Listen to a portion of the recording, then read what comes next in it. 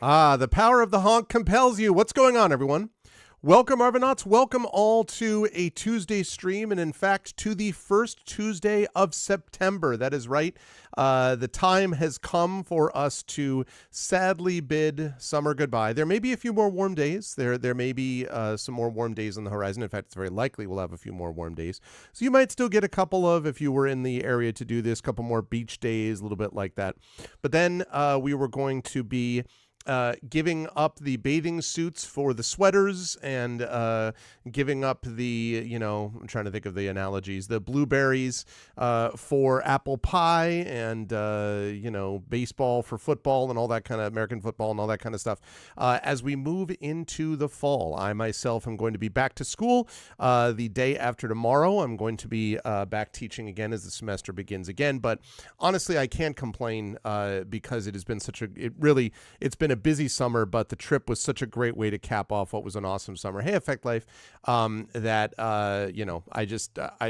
was a very, very good summer that will keep me going, I think, for a while. And I also have managed to get some projects underway that I needed to get moving. I think I'll be able to get them done when I needed to, which is super important because, when the semester starts, I get kind of busy doing other things as well. So I need to make sure I got this other stuff arranged. So that was good. I am very excited. I am looking forward to the game that we have today. This was originally supposed to be a Beowulf session, but unfortunately Tari is feeling under the weather. But we should have, with all luck, Tari back with us next week with another Fighting Fantasy Gamebook illustration stream. And then a couple of weeks after that, we will have Beowulf return as we move into session 11 of Beowulf. So we will have Tari back. But in the meantime, we are going to have a chance to premiere a game that I've been excited about for a while. This is also going to be the function of our subathon, which is coming up soon. I'll talk a little bit about that as well. And we're also going to do nominations for the Patreon Field Chat Chosen Game of the Month today, too. So all of that is coming your way. I'm super excited for it. But before I go there, just a couple of reminders about ways to support the channel. If you haven't done so already, please follow the channel. Please check out our YouTube at !ArvTube. And if you're watching me over there, thank you. Please consider subscribing there and also checking us out over on Twitch. That would be much appreciated. Discord is !ArvCord, where you can hang out with the Arvanauts in between streams. Twitter is !ArvTweets. Oh, is it Songs of Conquest because that's what it was supposed to be? Oh, yeah, that's right. That's right. Okay, well, then that's easy. Then I don't have to do the nominations. That's good because I don't even have to take up any time. That's right. I forgot about that. Yes, that's right. Because Songs of Conquest was going to be August and now has been moved to September. Yeah, that's right. Thank you, Emily, for the reminder. So, yeah, so we'll do that. That's fine. That's good. That'll be coming up in a couple of weeks on Tuesday. We've got, again, Fighting Fantasy Gamebook illustration with Tari next Tuesday. And the week after that is when we'll do Songs of Conquest. So, let's see. Where was I? Discord, !ArvTweets is the Twitter. !ArvSky is the Blue Sky. And again, website for this is arvaneleron.com. Please don't forget that Hearthglow is up and rolling now. We have several of the bios are up now. We have a couple of bios left to go, but otherwise that page is set, and we are now getting stuff up there. There's going to be regular content there, which is cool. Zach and I are going to be recording a Gen GM's show tonight, a long recording, which means that Live Suing will be Johnny on the spot to get some shorts out there for Gen GM's very soon, and our long recording coming as well. So we got that rolling along. So all of that is all good. We got stuff as we are back into the fall and sort of settling into the regular routine after the summer. So that's going to be awesome. I'm looking forward to that. And again, you can find that at arvaneleron.com. Financially, !Arv Shop is the merchandise area. !Arv Treon is the Patreon. Again, sitting at about 92. Really want to get that number over 100 and beyond it again, because that really is the financial backbone of the channel, and it really does make a difference. difference to what we're able to do here. We have a subathon coming up that I'll talk about in just a bit, which I hope will help with that. But you can get cool stuff for yourself and for the channel if you support, so please do that. Also, subbing to the channel allows you to do those things. It is September, which means that new subs are cheaper than they would be normally. It means that gift subs are cheaper than they would be normally. And it means that upgrade subs, so going from like tier 1 to tier 2 subs, or tier 2 to tier 3, or from Prime to tier 1, those are all cheaper than they would be normally as well. So please take advantage of that, because that really can make a difference for both you and those custom sub badges and emotes that you can use here, there, and everywhere across Twitch, and can help us on the channel here as well. On the publishing side, Exclamation Point Icarus, that's my graphic novel from Athos Arts. Exclamation Point Library, my Tales and Tomes in the Forbidden Library. That's my 5e adventure and sourcebook from Alligator Alley Entertainment. And Exclamation Point Greyshade, that is my Greyshade IP, Greyshade, Renegade, and Heretic, the Grey Assassin trilogy. You can get that right now from Athos Arts at that link. You can also get the audiobook of Greyshade from our very own Trent Sparks at that link. And you can pre-order the Greyshade tabletop role-playing game from Alligator Alley Entertainment, being designed by Brandon O'Brien. That will be out late this year or early next year, so you can pre-order that as well. And the last thing I want to mention is that if you haven't already done so, be aware that we've got stuff coming up relating to Greyshade and Renegade and Heretic and other things, so get your information in now, get your pre-orders in now, because you will not want to miss the stuff that comes up next. But we will be talking about that a little bit later on in the fall. And last but certainly not least, Exclamation Point BLM, Black Lives Matter, important to affirm and assert the significance and importance of Black lives. Exclamation Point Help Now, the World Health Organization page on suicide prevention. Important to reach out to others when you need help, and reach out to others when they need help as well. And Exclamation Point Ukraine, UKRAINE, to help the people of Ukraine as they fight back against an illegal and illegitimate war with bravery and courage, and send the message we will do so for others in the future as well. All right, so let us turn this on. What's going on, everyone? Good to see you all.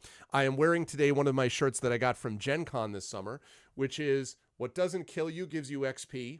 I think that's pretty much a legitimate way to look at things. And as you can see, this guy means business. That dude right there. That guy clearly means business. And so I thought that was appropriate for the beginning of Unlimited Adventure Forgotten Realms, which I'll talk about more about in just a minute. But I am very excited for that. I'm also joined today by my cat Ganesh, but you can't see him. Well, maybe you can actually. He is sitting. You might be able to see him. You can see my white wall there, right? That sort of vaguely cat-shaped figure is my cat Ganesh. He was up on the cat tree, but he likes to either be up there or he likes to go down there and lean up against the wall. And I've never really understood why that's comfortable, but I don't fully understand the comfort kind of, protocol of a cat in the first place. So anyway, but he has been hanging out with me in my office for a while. I don't know whether we'll see an appearance from Sherbert, the other cat, but if so, you will be the second to know after me. Okay, so I want to talk a little bit about our calendar, since I have been a busy bee and have managed to get all that stuff arranged. I have the Patreon video newsletter out. I have reset the inspirations for the month for the tabletop stuff. Yeah, compression is hiding a bit, it's true. And then some stuff happening today. So today we have the premiere. Yeah, so I want to talk a little bit about several of those things. The first thing is Dune is off the list for the moment. We have been having some major issues with scheduling on that, and realistically, and I'm just keeping it real with you all, I don't want to keep putting it on the calendar when we can't be sure that it's actually going to happen. And so until we get definitive, yes, now we're all ready to go, let's go, I'm not going to keep putting it up there, because it's not good for the channel, and it's not good for all of you to sort of expect that. So Dune is going to be making an appearance at some point, I hope. But until I can know that for sure, I'm not going to keep talking about it or mentioning it. So that's the deal with Dune currently. The better news on that front, though, is that you are going to see at some point, and we haven't gotten the final scheduling yet, which is why I haven't posted it yet, but we are going to be getting the Star Wars with Scientist campaign launching probably towards the end of this month. This, for those of you who watched, were part of ArvCon, this was a special thing that we did with the Damon Runyon scientists, but they all had such a great time, and John Helfers, who was GMing it, had such a great time as well, that they decided to bring it back. And so John is going to be GMing a Star Wars campaign with these scientists, which is not only good because I love having that kind of content, but also it's more support for Damon Runyon, and you all know how important that is to me and to our community. So I'm big on that. I'm super excited for when that happens.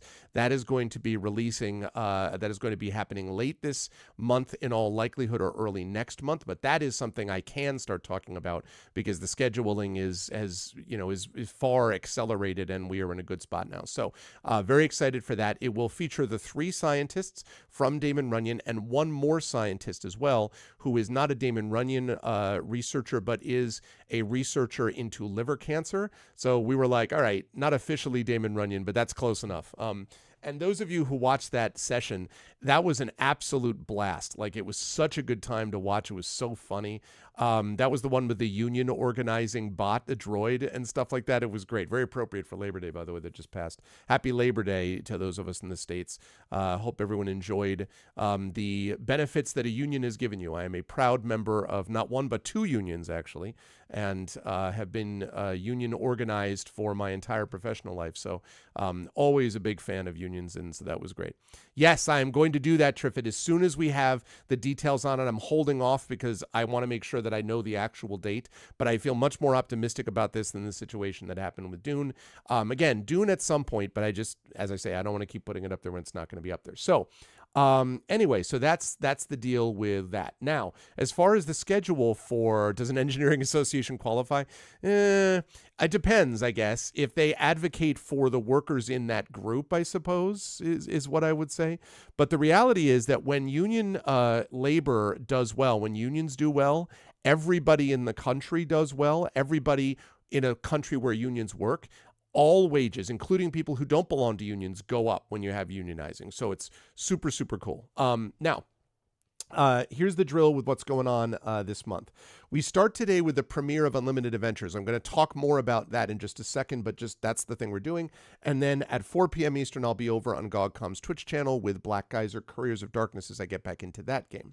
Thursday, we've got more Unlimited Adventures. Friday, we have Community D&D, as the Waterdeep Dragon Heist people that are rolling along at a great pace will continue.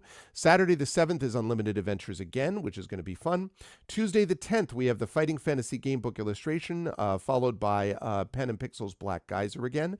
On Wednesday, the 11th, more Community D&D Waterdeep Dragon Heist. And on Thursday, more Unlimited Adventures, which is going to be, again, cool. I'm super excited for this. Saturday, the 14th, is going to be Dungeons & Dragons with Infinity and Beyond. Eberron Oracle of War makes its return. We have 2 Eberron sessions this month. Very pumped up about that. Tuesday, the 17th, will be the Patreon Field Chat Chosen Game of the Month, which is Songs of Conquest, as we've discussed. And then at 4:15 p.m., so 2 weeks from today on Pen and Pixels on GOG.com, will be By the Dice Roll, returning to Ghosts of Saltmarsh, which will be awesome. Thursday, the 19th, is going to be D&D with viewers. So we're going to have D&D with viewers going on. I'm super excited for that on Thursday, the 19th. That leads us to Friday, the 20th, and I will come back to this, but the 20th and the 21st are going to be Arvatron 2024. I will talk more about that. I think I call it Arvatron, even though it should be Arvathon. I think that's what I meant to say. In fact, I'm going to fix that right now. It's not Arvatron. Although, you know, Arvatron would be good in its own way. That way, that's the Arvatron is where you come on and you sing like da da da da da da da da. Right? That's how that works. But no, not Arvatron. That's like the Arvatron 2000 or something. But no, this is Arvathon. Arvathon. Okay, one more fix, and then that'll be fixed. Arvathon. It sounds like AI Arvin. Do not want. Yeah, you got that right. No one wants anything relating to AI, even less now in the writing community, right? Good golly, Miss Molly. All right. So the Arvathon, which is coming on the 20th and the 21st, I'll talk more about that in a second. On Tuesday, the 24th, we have Beowulf Age of Heroes, which we were supposed to play today, but again, Tari's under the weather, but she should be back over the weather at that point, and she'll be joining us then in 3 weeks for that. And then more Black Geyser on Pen and Pixels. Thursday, the 26th, is more Unlimited Adventures. And on Saturday, the 28th, more D&D with Infinity and Beyond, Eberron, Oracle of War. Expedition will not be, from the Mysterious Peaks is not happening this month, but we hope to have it back, coming back in October. And as I mentioned, Star Wars is still up in the air in terms of what that's happening, but I expect that we'll have one session this month or early next month. Now, a couple of notes that I want to make. The big highlight of this month, obviously, is the Arvathon. It is our second annual subathon. Last year, we did the subathon in September kind of as an experiment. I wanted to see. I'd never done a subathon before, and it was a huge success. First of all, we got tons of subs and Patreon support. It was a big help financially for the channel, but it also was a ton of fun. Everyone just had a really good time. It was a great vibe. We even got an Infernal Salon in there, and, may or may not be working to see if I can return to that again. But it was a great time, and we got a lot of subs and a lot of good community feeling, and it was awesome. So I decided, obviously, with that success, I have to bring it back this year. But this year, we're going to be doing the game Unlimited Adventures, about which I will talk more about in a moment. I'll talk about the specifics of how it works in a few sessions from now, possibly next week. But the basic idea is, the more support and subs we get, the longer the game sessions will go. And we'll have an overlap session, and we'll have how much the Patreon supports via how much the subs support and all that kind of good stuff. So we will have a lot of cool stuff relating to the subathon. It'll be a lot of fun. You can expect some surprises. I have a couple of giveaways that I'll be doing as well. All of this to support the channel. So that's going to be cool. In October, we have obviously our Halloween show with our annual Poe reading. In November, we have got a couple of things I can't talk about yet, but which are going to be really cool. And then December, we obviously have the end of the year show. And of course, the Christmas Carol with the Arvocalis. And I forgot to mention that one thing that I did not mention on this calendar is also the Arvocalis are going to be on either the 17th or I believe it is the 10th. Hold on a second. Let me just double check. It's going to be on either the 10th or the 17th, probably. But we don't have a full date on that yet. So bear with us, because soon we will have something happening soon. We will have something happening with that. So it's either going to be the 10th or 17th, but we are going to have the Arvocalis concluding the Banner Saga 3. So I did want to mention that that's going to be in here as well. Now, the game that we're playing today, that is going to be our focus playing video game-wise for the next couple of months, is one I've been excited to try for a while. Some of you may remember that a few years ago, I played on stream Pool of Radiance, which was the first Gold Box classic game. These were a bunch of games from a company called SSI, which did a bunch of Dungeons & Dragons games at the time.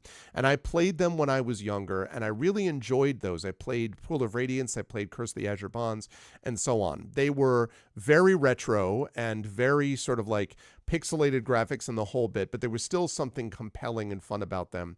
And also, D&D, twist my arm, right? So there was that.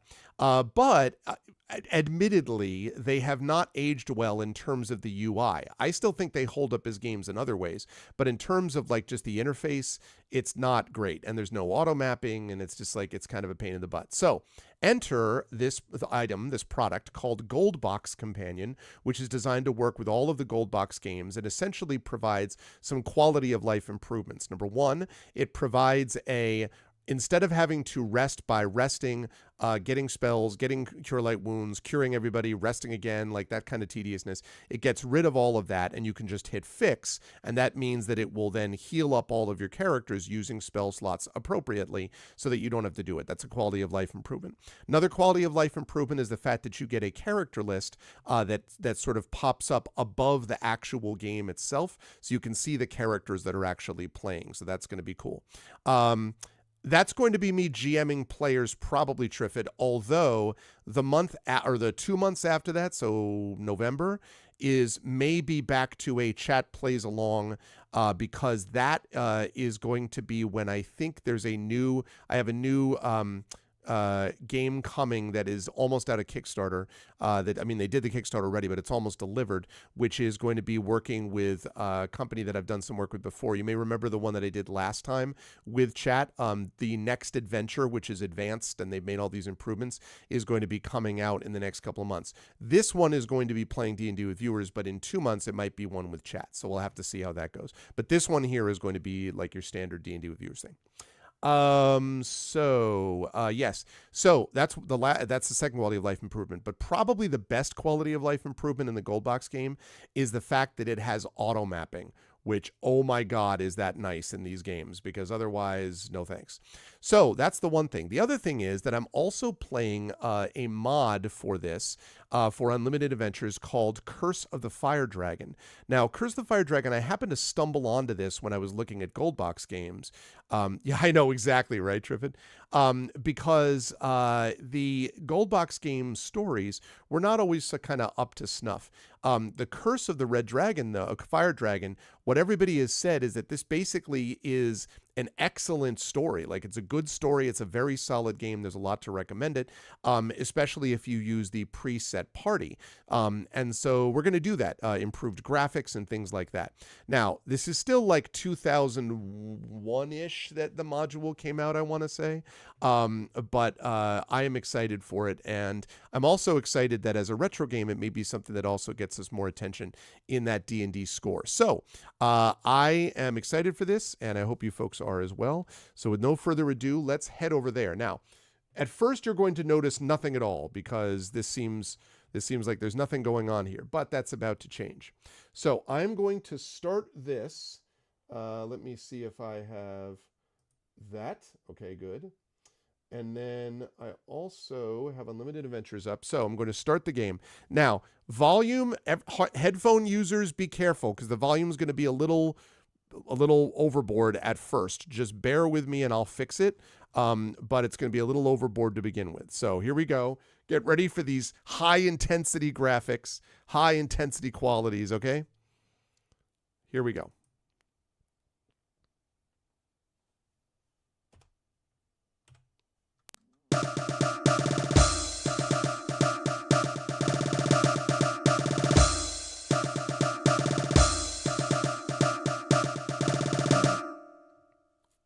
Yeah. Do you get that music? There's a lot of different music in here too, by the way. But okay, so here we are. So again, Unlimited Adventures was published in June 28th, 1993, when I was, let's see, I had just graduated my junior year of college. I actually think that might have been the year that I was working. That was the summer I was working for Conperg. Interesting. Ah, those times. Interesting times. Many times. Okay. Now, so yes, The Curse of the Fire Dragon, as you can see, this is by a guy named Darius Whiteheart. Okay. Yeah, quite a theme song. All right. So we're going to play the game. We are going to load the saved game A. Okay. And then we're going to begin adventuring. Now, I'm going to fill in the map and everything in a minute, but first sit back and enjoy what we have here. So, we have Dahl, Raven, Remlath, Seth, Sir Anthony, and Valia. And I don't actually even remember who exactly does what in here yet. This is the default party, but we will see as we go along. All right, here we go. It is night, and the cold darkness is your only friend as you leave your sleeping companions and the warm glow of a campfire behind. Here we go, better music. Okay, so how's the volume of the music here?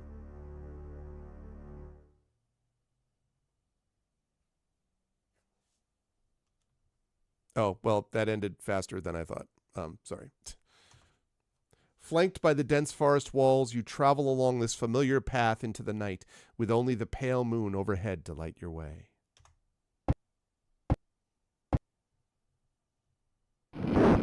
A sudden gust of wind from just above the trees catches your attention, and you look up fearfully to see the source. A blur of a shadow across the full moon, or was it? You can't be sure of what it was that you saw, but certainly there was something. All right, hang on a second. I got to turn the volume down here because I bet it's too high. All right, I'm going to turn that down to 40. It should be okay, but we'll make adjustments. You decide to press further down the road, traveling a little more closely to the nearby cover and a lot more aware of your surroundings.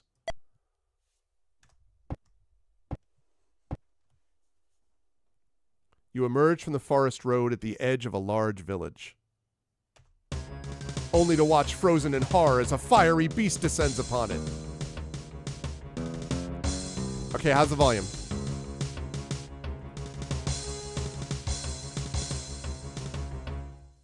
Was that a little, how was that? Because I can drop it a little further. Lower, okay. Dropped it now to 30. All right, all right.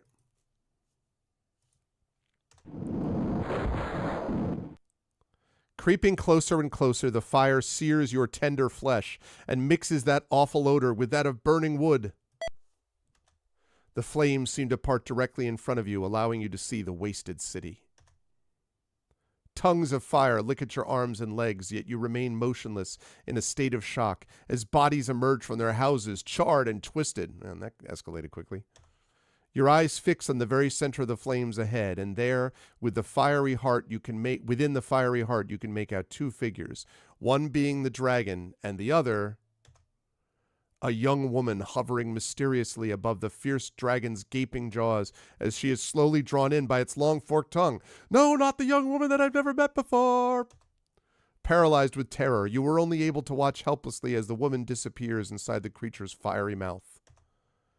Its belly full and the destruction complete, the dragon takes flight, rising from the flaming inferno like a phoenix. The beast's leathery wings carry it gracefully as it takes a sweeping turn directly towards you. Oh no! The Curse of the Fire Dragon. Written and directed by Darius Whiteheart. Dahl wakes up screaming, but is soon comforted by the others.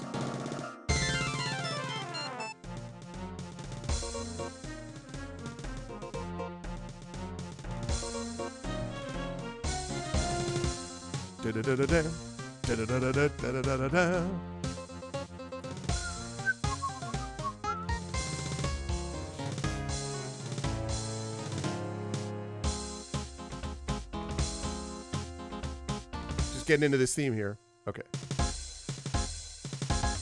Ooh. The drum fills, though. These dreams have haunted you for weeks now, and as the visions have grown more and more powerful, so has your determination to find some answers. The nightmares seem to be connected in some way with the nearby road, and so you have traveled thus far, hoping to learn something once you reach the end. As the few remaining rays of light disappeared over the horizon and your day's journey came to a close, you were able to glimpse a city in the distance, easily within a few hours' travel. Although the thought of a warm bed and a fresh meal beckons you, the darkness forces you to rest for now and await the dawn. You make your preparations for the night. Okay, now let's see. Now we get to see the joy of... Now, I can't activate everything on the Gold Box Companion yet because I have to get to the spot where I can save, and I'm still in the middle of kind of like a cutscene. So, Dahl cannot do magic. Okay. Well, first of all, who the hell is this guy? Dahl's immune to fear. All right, that's good. He's immune to fear.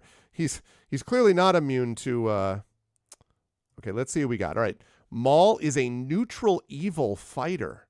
Interesting. All right, well, I'm not going to play him as neutral evil, but... So, is that like Roll Dahl? I'm neutral evil. When I'm not writing Charlie and the Chocolate Factory, I'm going out and being neutrally evil. All right.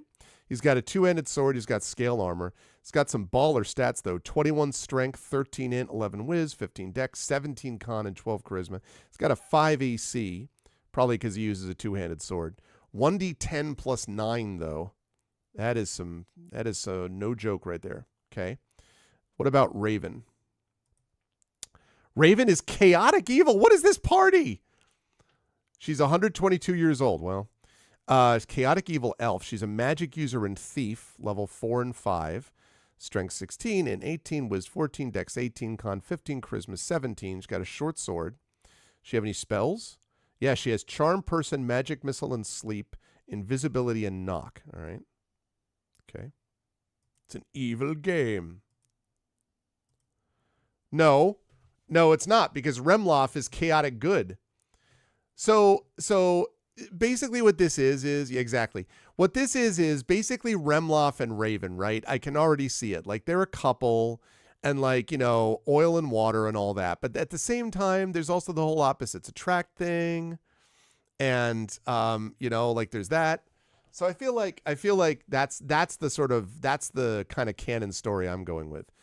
Let's see, 16, 18, 14, 17, 15, 12, 1d6 plus 1. Okay, whatever. But what about the spells? Yeah, Burning Hands. Magic Missile, yep, classic. Read Magic, okay. Shocking Grasp, yep. Invisibility, sure. Ray of Enfeeblement, and the classic, everyone needs this, Fireball. Although I don't know whether Fireball is going to be as effective in a game called Curse of the Fire Dragon. You were slightly distracted. Well, listen, it was a dream. It was a dream. Okay. Right. Okay. How about Seth? So far we have one fighter. We have two magic users. What about Seth? Seth is a lawful neutral human. He's a cleric and fighter. So he's the one to basically keep order, right? He's just like, yo, listen, just don't fight each other. You know what I mean? Like, that's what we got. Level 4 and 3. Strength 18, 13. We got an additional strength there. Nice, nice. AC 4, broadsword, scale armor, cleric and fighter. And as far as spells are concerned, we have a curse. We have 2 cure light wounds. We have a cause light wounds. Protection from evil. It's good. We have a find traps, hold person, 15-foot radius silence, and spiritual hammer. Okay, good. I like what I see. What about Sir Anthony? Yeah, see, okay. So this party is an intriguing party, y'all. So we have a chaotic good and a chaotic evil and a lawful evil. A neutral evil, and we also have a lawful good and chaotic good. So we have a lawful good paladin who's like hanging out with a neutral evil fighter. This is extremely interesting. Interesting. Look at this dude also. Paladin, 18 strength, 1860 right there. 15, 16, 17, 15, 17. Those speaking to some good stats. Longsword, chainmail. He's got cure. He's got, yep. He's got the paladin. Sounds shady.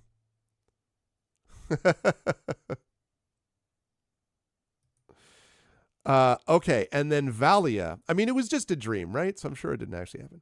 And Valia is a true neutral cleric and ranger. Cleric ranger. Level 4/4, strength 18, 14, 18, 16, 15, 14. Again, good stats. With a scimitar, by which I mean scimitar. And with spells, has got bless, got cure light wounds, detect magic, protection from evil, resist cold, and then resist fire, slow poison, and snake charm. It's an interesting party. So you basically have 2 healers, right? You've got a cleric ranger, and you've got a, what is it? You've got a cleric ranger. That wasn't it. You've got a cleric ranger, and you've got a, there's another cleric, I thought. Wasn't there another cleric? Someone? I thought there was. Yeah, we've got a cleric fighter and a cleric ranger. We've got a paladin. We've got a regular fighter. We've got 2 magic users, but one of them is basically a magic user rogue. So that's basically the way they are. What's up, Nonstop? Yeah. So there we go. So, and I don't know why the stats are fixed. Well, why they're stacked like this, you mean? Or do you mean why are they stacked for each of the characters? This is the default party, Nonstop. I don't know.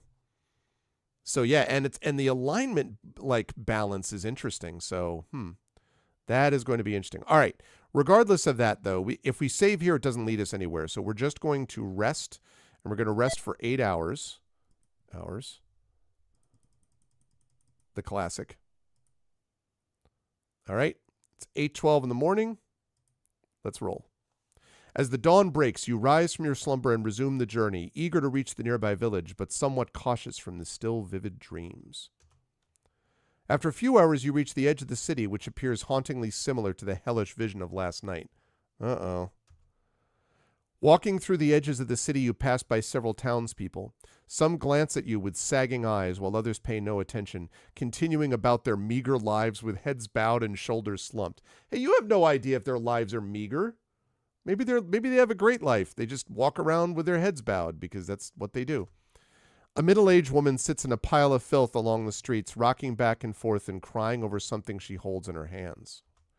As you step closer, she looks up at you, holds out a long braid of auburn hair, and shouts, "Save our children!" As you continue down the streets, she repeats this over and over again. "Save our children!" Watching you go. Wow. What's up, Pilnus? You make your way to the very heart of the city, where there seems to be some sort of gathering to the north at the base of the large structure resembling a temple. The townspeople stand before you, eyes fixed on the green-cloaked men who stand along the temple walls. Huh. One of them speaks and you struggle forward to hear. People of Rama, the 6th moon is set, and once again it is time for the offering. The crowd gives off a general feeling of concern. Okay. I think I see where this is going. I saw Dragon Slayer, okay?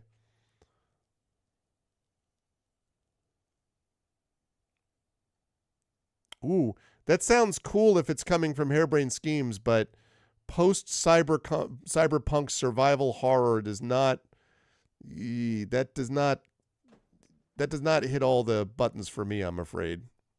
But listen, I'll give it a chance. It's a great company. Remember the wrath of the fire dragon and the service you are doing for your people. His words echo in your ears. The fire dragon, dragon, dragon, dragon. The collection begins next week. That is all. The townspeople slowly return to their homes, and the green-cloaked men enter the temple, barring the doors behind them. Wow. All right. So now we get to save. So now you're going to see this fully operational battle station. Okay.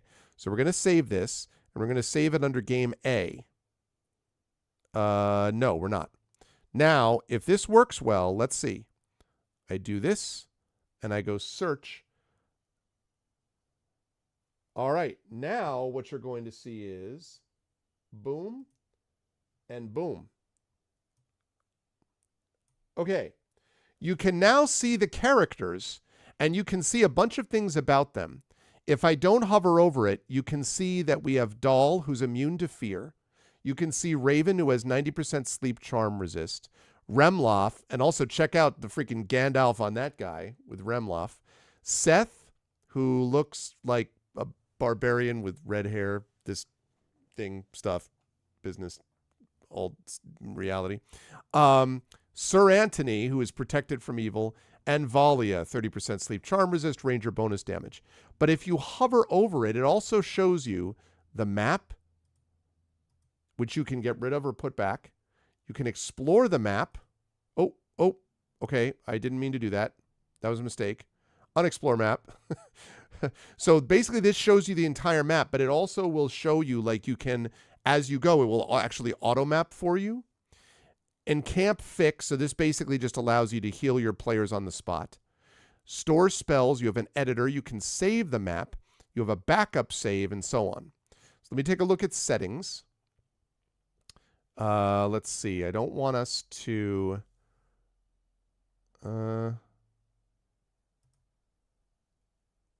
Okay. Restore races, there's a search wizard, and there's a save map. The map is saved. Okay.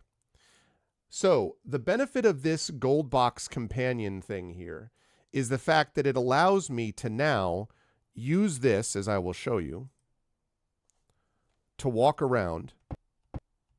And you notice how it's filling in the map as well? Do you wish to leave the town? No.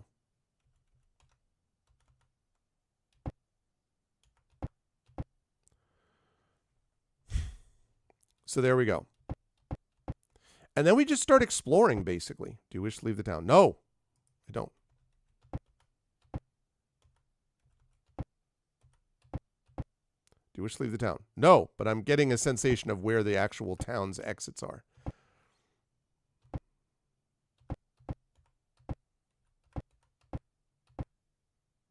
Nope.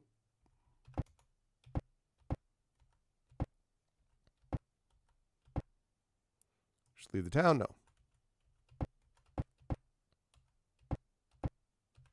From here you can go. From here you can gaze out. What was that? From here you can gaze out over the wide sea which borders this side of Rama. Okay.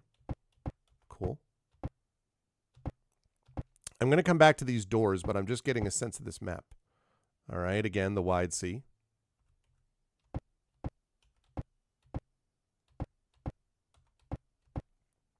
From here you can gaze out. Yes. Again, you can gaze out over the wide sea. Now, the other cool thing about this is that you can also make notes. Town exit. Oh, wait. I did that wrong. Sorry. Okay, 1. Town exit.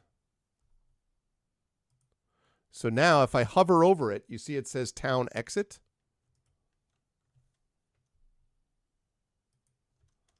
Town exit.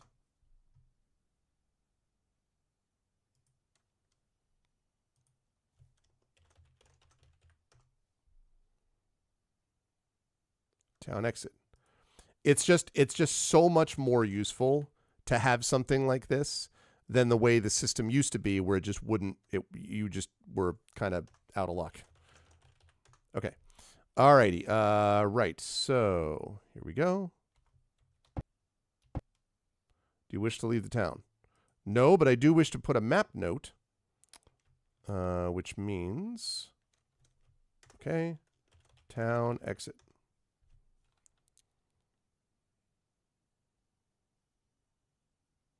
Actually, I wonder if I can just put the same one now that I think of it. Oh, because that's off the map. Oh, you know what? I made a mistake then.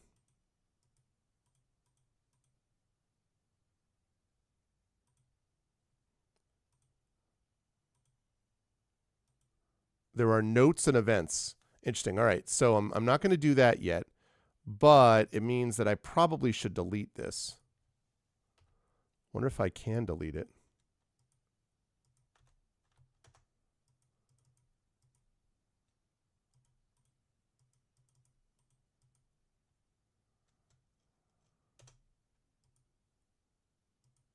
Aha, I fixed that. Okay. So it no longer says that. So now I'm going to put that as a 1. So I hover over it, town exit. Wonder if I can do that for all of them. Can I also do that? I can. So that way, everything that says 1 is a town exit. That's super useful. Okay, cool. So everything that is a 1 is a town exit. Sorry, that we will, now that we know that, we won't have to make that we won't have to do that anymore. Okay. And then this is a 0. That is, okay. And then this I want to change to town exit. All right. Town exit, town exit, town exit. So anything that says 1 is a town exit. I'm basically just exploring this area before I start going into buildings. No, I do not. But town exit.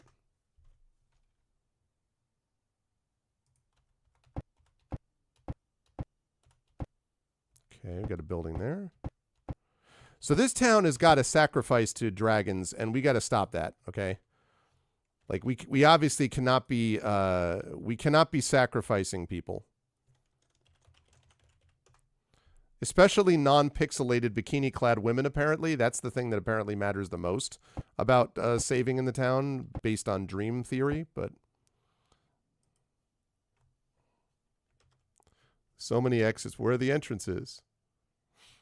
All right. Town exit. Oh, whoop, whoop, whoop. What just happened?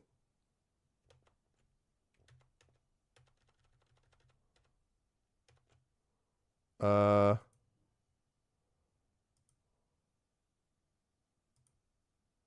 I think I accidentally closed it for some reason. Okay. Now, the only problem with this gold box companion is that when I was playing Pool of Radiance, there was a moment where it just didn't load. It just failed. And that was very discouraging, despite all backup saves and everything else. So I'm going to try to be extra careful about that this time. It's still a little janky based on what it's trying to do. But Okay.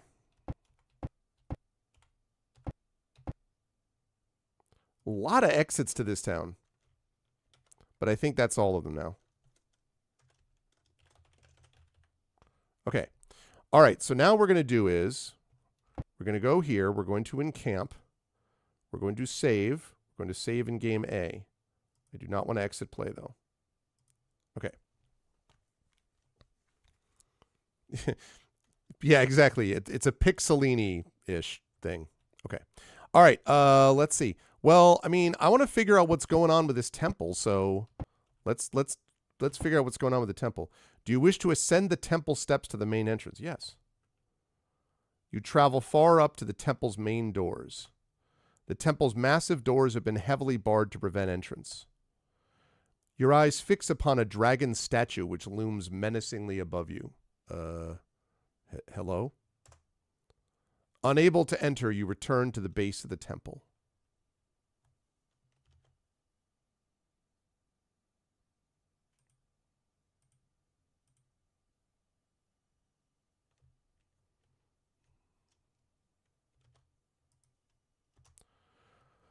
Okay, so this is the Temple of Rama. So we'll call that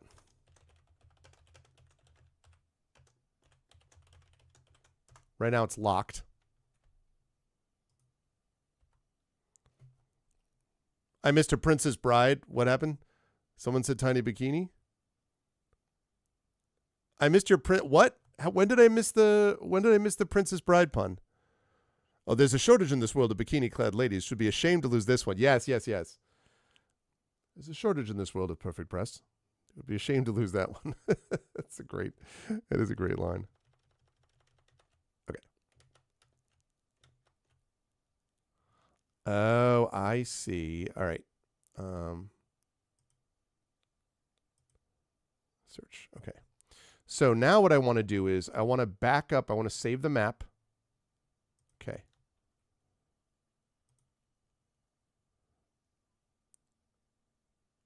Town of Rama. Backup.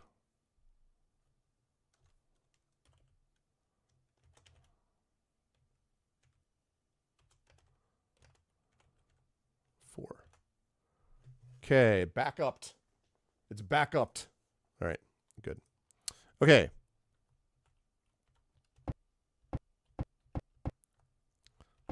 All right, so this is the temple. I don't know.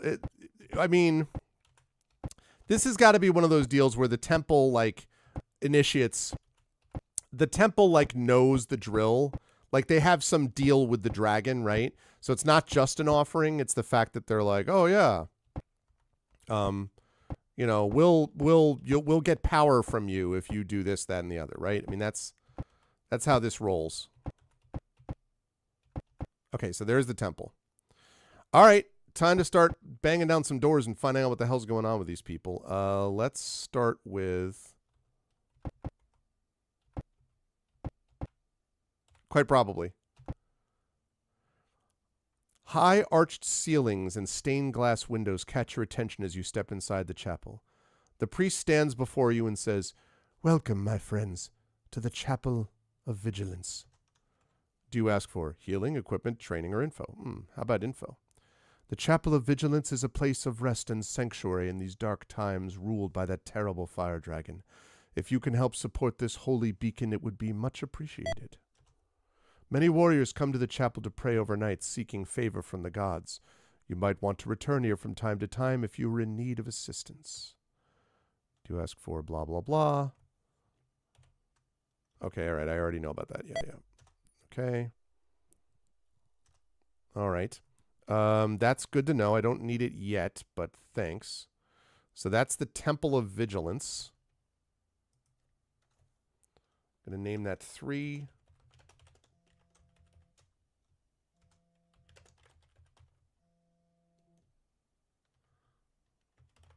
Temple of Vigilance. Okay. Awesome. Okay. Actually, wait. I guess I should put that here because otherwise I can't see it. Temple of Vigilance. Okay. And then this one we will delete. Right. Okay. All right. So there's a temple. Uh-oh. What happened? Cannot open something. This must be the guards' barracks. A few banners and shields are mounted on the walls, as are a pair of crossed lances. A royal cloth is draped over the door on the right. Okay. Whoops. Not here. Okay.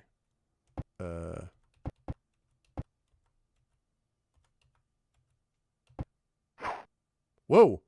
An aged knight practices his sword combat on still nimble feet. His skill with the blade only hints at the mastery he must have once possessed. Pausing, he notices you and says, "Hello, friends. What can Sir Valius do for you?" Do you ask for training? How about some information? "I am the captain of the guard, and my place is here.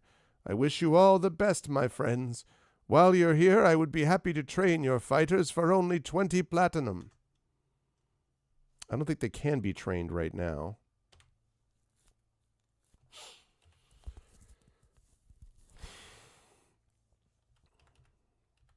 All right, let's see. Not enough experience. Yeah, this is what I thought. All right. So, all right. So Sir Valius. So fighter training, basically. So we'll make that 4.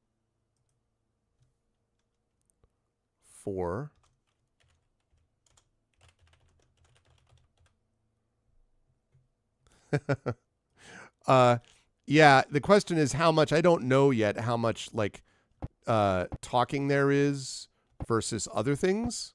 You know, like I don't know yet. So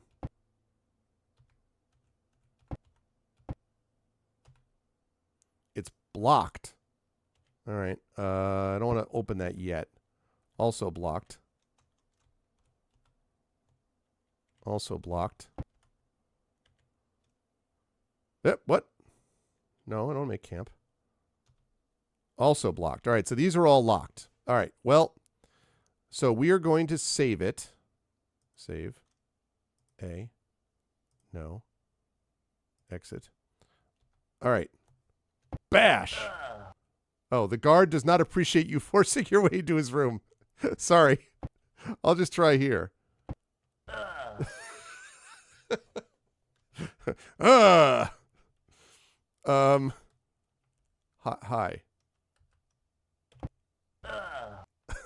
Like all of these guys are like, stop doing that.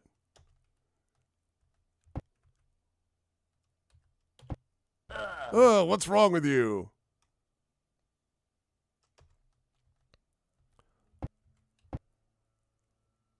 The hell, man?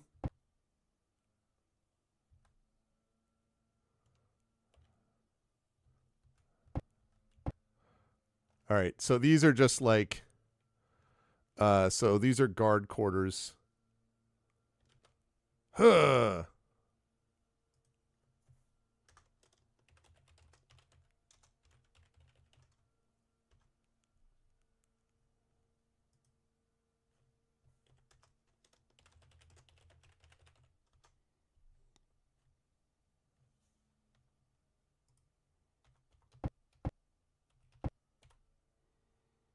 Okay, so that's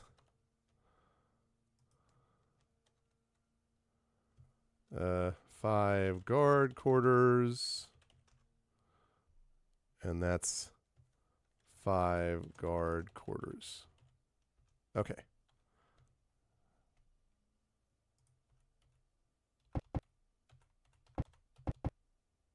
All right. Okay. All right. On we go. An old man sitting at a table in front of you studies a gem for the tiniest imperfection. It is a good question, Triffid. Well, besides my own heroes, who I have several female characters among my group, so there's that. After several moments, he speaks, his eyes never leaving the prize jewel. "Well, what can I do for you fellows?" Do you ask for gem appraisal information? "If you're looking to sell your gems or jewelry, check with me first. I can assure you of a fair price." May I help you? Praise the gems. 25 platinum. Sell. 25, sell. 25, sell. All right, what about you? Gems. Sell, sell, sell. How about you? Appraise. Sell, sell, sell. All right, how about you? I see it. Whoa, sell. Sell, sell. Appraise. Sell, sell, sell. And appraise. Sell, sell, sell. Great. Okay. Great. Exit. And leave. All right. No, I know. That's a very good question, and I don't have the answer to that yet. It's a very good question. Okay, what are we up to? This is like, do we even have a note for 6? We don't. Okay, so 6 jeweler.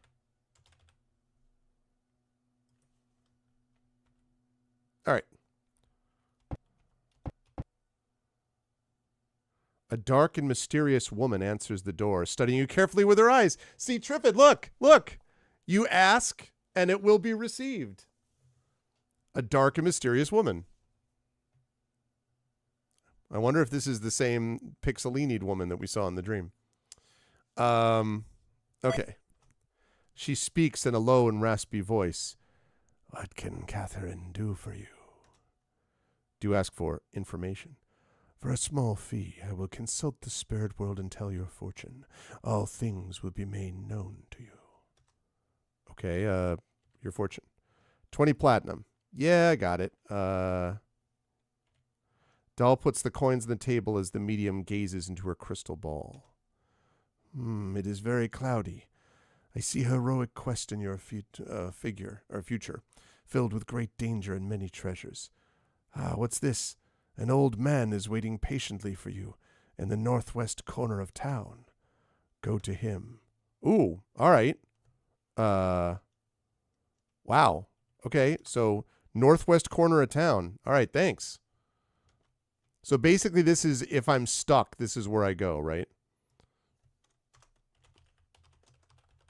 Northwest corner of town, huh? All right.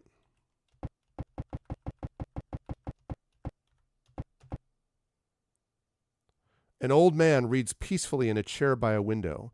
Aware of your presence, he slowly closes the book and removes his glasses, lifting his wise and wrinkled eyes in your direction. I have been waiting for you. Stay a while and listen. Waiting for 20 years, when my only daughter became the first of many sacrifices to the fire dragon. I have watched the offering for too long now, as I am reminded each year of my own terrible loss. But now you are here with the power to free Rama from the curse of the fire dragon. What do you say, brave ones? Will you take up this quest of quests to free Rama from the fire dragon? Do you agree to seek out and defeat the dragon? Yeah.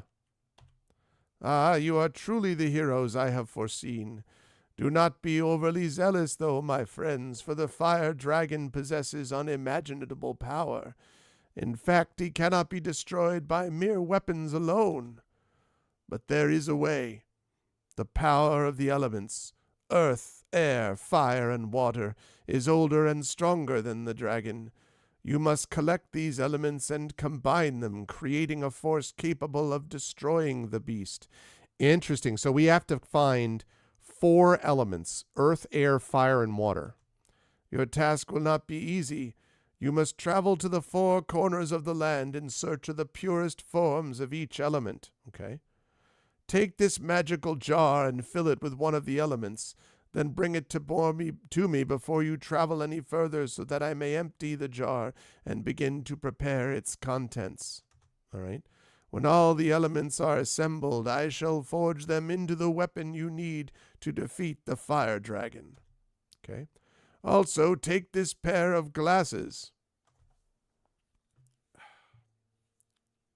They will help you to see the magic embedded deep within. He hands you his reading glasses. I got these at Walgreens. They are at least $3.99. Now go, my friends, and free us from the fire dragon. Yay! Thank you, Emily. I will try to retweet and repost those. Each character receives 66 experience points. The party has found treasure. Okay. Drow chain. Nice. All right, let's see. So, instead of readying that. Okay, so let's see. Right now he has an AC of 5, right? So if I unready that and ready that, he has an AC of 3. Haha, let's go. All right. Seth, what do you have? You have scale, so it's not going to help you. Okay. Do you ask for information? I will work here with the things I have. Go now and bring me another element. We have no time to waste. Okay. All right. So let's put that in there. So, old man, look at my armor. I'm a lot like you. Okay, so let's see. Old man, bring 4 elements. One at a time. Okay. Nice. All right. So let me save this. Save. A. No. Exit. Okay. Alrighty. Cool. So, but we still have some more exploration to do. But now at least now we know where we're going. Oh, it's the library. Scores of old books are piled high on a table before you, where an aged scribe carefully copies every detail from an ancient treatise. He nods to you and says, "Welcome to the library of Rama. What can I do for you?" Information. The library is underground, down the stairs to the north. It's a good idea it was designed that way, or all these books would have been lost in the Great Fire. There's plenty of information down there, and I have posted signs to indicate how the books are organized.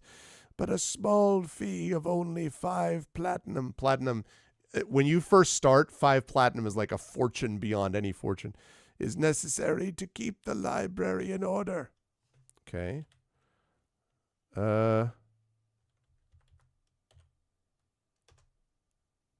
Scribe points you towards a stairway to the north. Okay. Ancient tomes and manuals line the walls of this room, a wealth of forgotten knowledge. On the shelf beside you rests a quill pen, a bottle of ink, and a stack of parchment. Taking a piece of paper and the pen, Dahl says, "This will come in handy if we find some important information down here."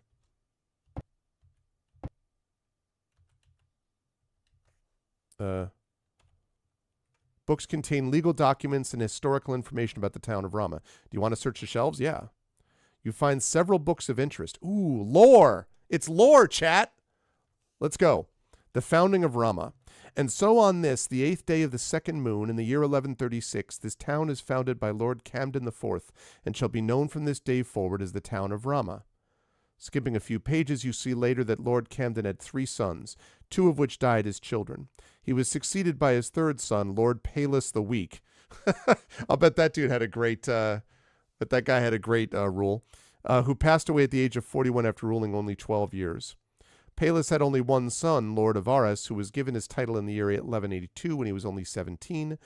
Avaris was married to Lady Brisbane, who perished in the Great Fire and left no sons or daughters. Okay, what about this Great Fire? Intent on destroying the fire dragon of Rama, Lord Avaris gathered a band of fierce warriors to travel through the land in search of the beast to destroy it. When the adventurers encountered the dragon, they were barely able to wound it and were badly defeated.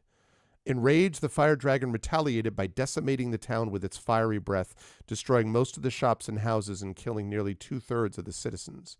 The fire burned for several days, and the powerful wrath of the dragon was felt by those who remained. The year 1194 was therefore known as the year of the Great Fire, a year of sorrow and rebuilding for Rama. The text goes on to say which shops and houses were destroyed, how they were rebuilt, and when the city was restored. All right, so this dragon is bad news, people. All right, what about this offering? According to this book, Lord Avaris and a group of advisors met with the fire dragon just southeast of town, where a lunar observatory now stands, to negotiate a pact in the year 1195, soon after the Great Fire. A few pages later, you find a copy of the official document describing the offering, stamped with the seal of Lord Avaris. I, Lord Avaris, to maintain peace within the town of Rama and for the greater good of the people, do hereby declare that from this day forward the citizens of Rama will participate in an offering unto the fire dragon. As the 6th moon sets each year, the young women of Rama has to be women. It has to be women. Really? Shall submit their names for lottery. This is totally Dragon Slayer, by the way. After all names are collected, one shall be chosen to sacrifice her life for her townspeople. It's like a mix of Shirley Jackson's The Lottery and Dragon Slayer. When the 7th moon is full, the fire dragon shall arrive to claim the chosen one, and in return, the dragon will leave Rama unharmed for the following year. All right, yeah, this has to stop. Barbaric, Dahl says in disbelief.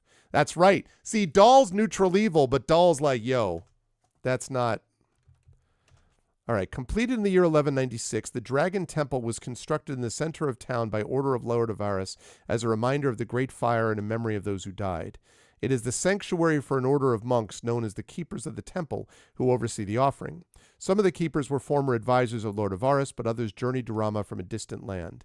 The monks all wear green cloaks to indicate their status as guardians of the temple, but are rarely seen at times other than the offering and allow no one to enter the sanctuary.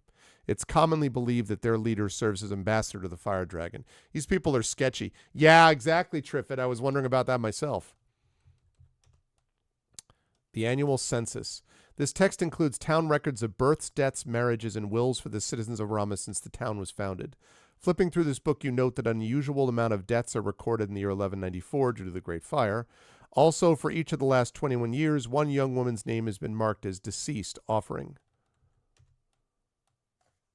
Okay.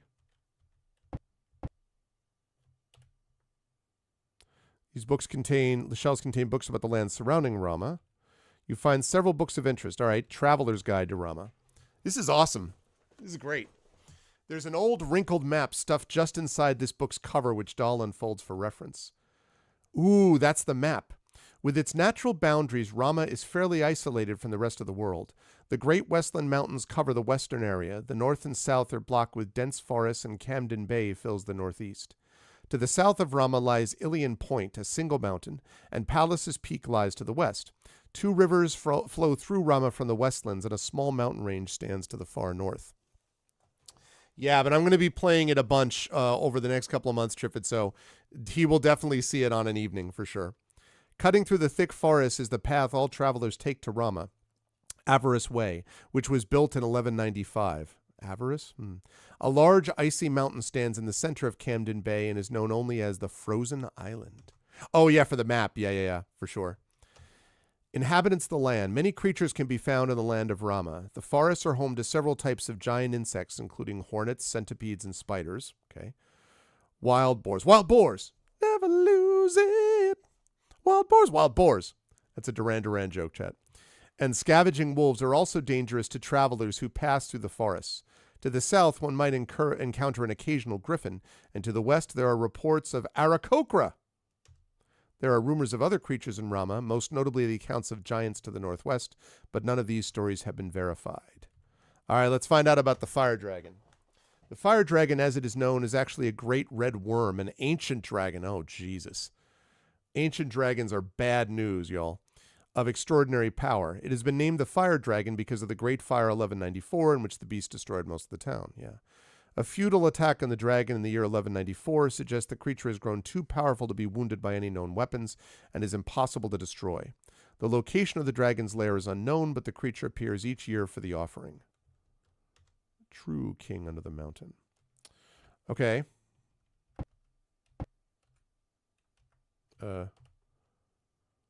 Library directions, town history, legal documents, general reference.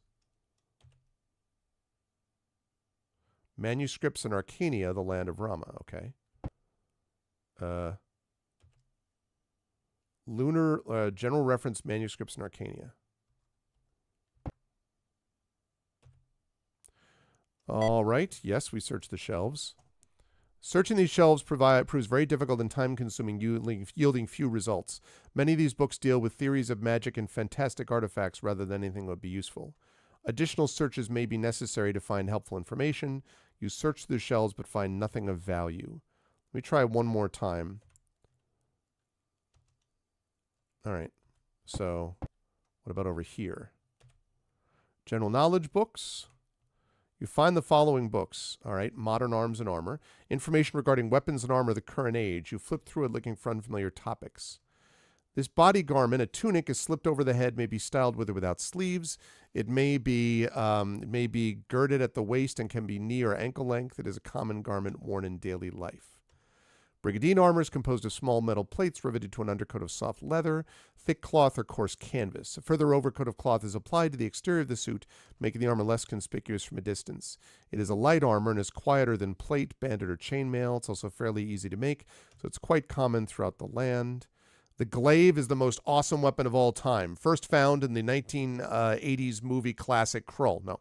The glaive is a pole weapon with a large head shaped like a knife or a sword mounted on an 8 to 10 foot shaft.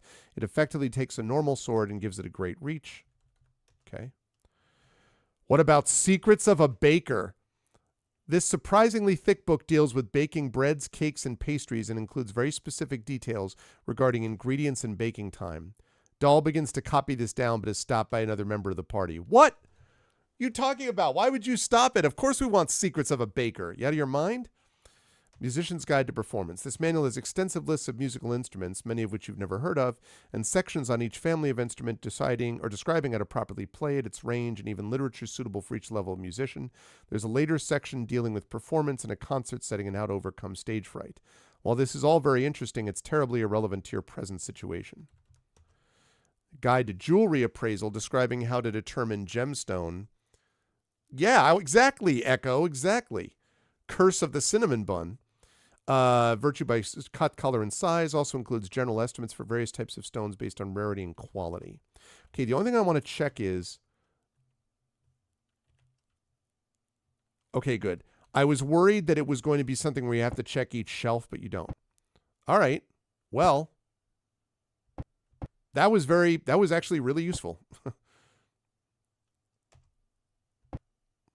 All right, that was actually super useful. We are going to do that. The library. Is it a forbidden library? All right, we're going to save it before we go any further. No, I do not want to exit the thing. Exit. Okay, then I want to save the map. Okay. Raisin. That is the curse. The curse of the raisin dragon. Yes. Couple things it has trouble opening a couple of these data files. The stench of horses fills this small stable as a few of the animals enjoy some hay. A young man quickly rushes over to you, tripping over a bucket of oats. Okay, I think I know what this is. Do you ask for information? A lot of people ride their horses into town and leave them here all day. I just take care of the animals and clean the stables. I'd be happy to care for your mounts also, but since you don't have any, well, I better get back to work. All right, well, that's easy enough. Stables. Okay. Fishing nets and ropes adorn the walls of this building. Check out this dude. And several small boats hang from the rafters waiting for their owners to embark on another voyage. The smell of tobacco interrupts your daydreaming as you notice that the nearby merchant has been eyeing you for some time. He finally breaks the silence and says, "May I help you?" Do you ask for information?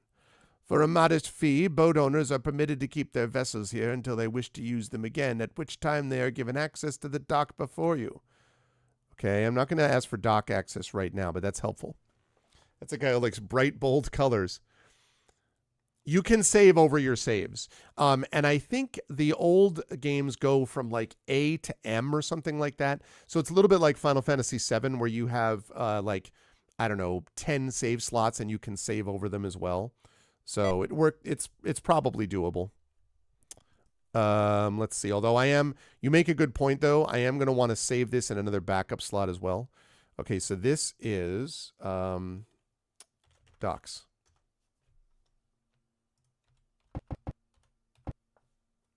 As you enter this shop, you are greeted with a loud banging of a hammer as the man before you drives a nail into a freshly cut plank. After wiping the sweat from his brow, he approaches you and asks, "Well, what can I do for you?" Do you ask for information? "I probably don't have very much here that would interest you since I mostly build furniture and things. You're welcome to look around, though. I do have a few fine quality weapons." All right, what do we got? 20 arrows. You got a quarterstaff +1, huh? All right. Who's my guy that has a quarterstaff? I think it's Remloff, right?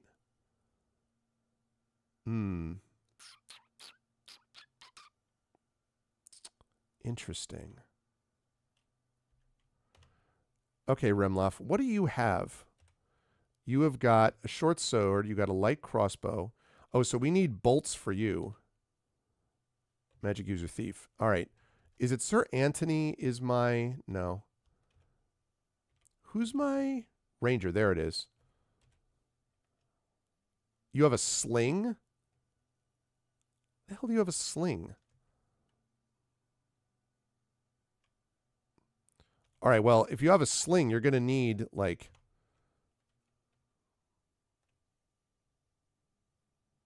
Should buy a longbow. Although may not be... Yeah, no. Longbow. 40, 60, 80, 100. Okay, that should be good. 100 arrows. Items. All right. I want you... Whoops, sorry. I want you to ready... What? What do you mean? Oh, because there's shield. I want you to ready your longbow and 100 arrows. There we go.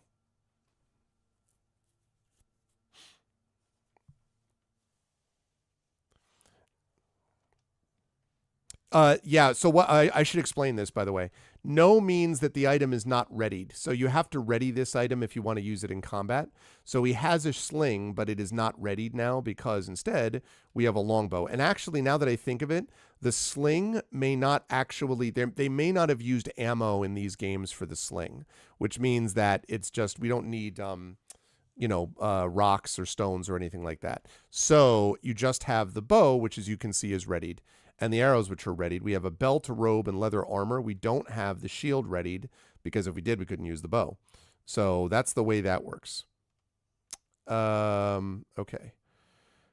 And then that quarterstaff. I want to see who has the quarterstaff. Okay, Remloff has a quarterstaff. It's a lot of money, though. They're really charging me 600 platinum for a quarterstaff. +1. I know it's +1, but...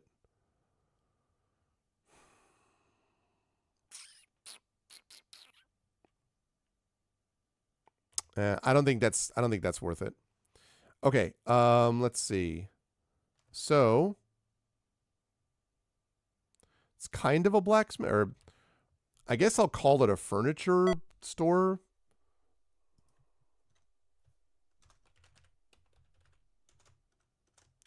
Bob's discount furniture. There we go. That's appropriate. All right. Let's see. Yeah, this is what I'm saying. Now, it's a quarterstaff +1, but still. Whoa. Look at this guy. Standing before you, a man balances a small orange fireball in the palm of his hand. He then mumbles a few words, and it changes to yellow, then to red, then to blue. Noticing your presence, he approaches and says, "Greetings, wanderers. What can Pirius do for you?" Information. "I've always been fascinated by the lifelike qualities of fire. Look here at this flame, at the way that it will jump from this side to that side, the way that it dances here in my hand.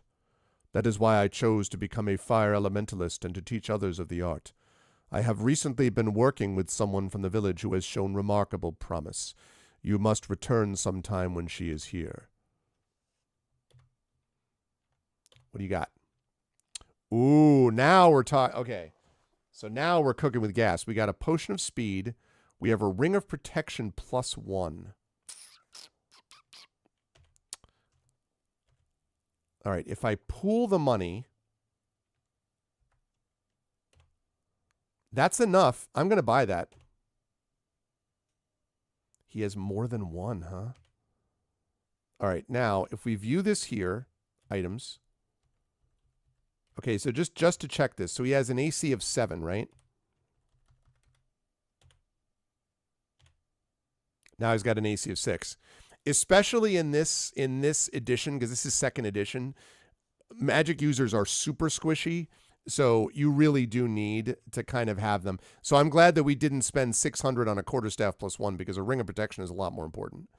I could also get a Ring of Protection for others, but that's a little stretchy, a little sketchy. Excuse me, but you have left some money here. Oh, yes. Take. There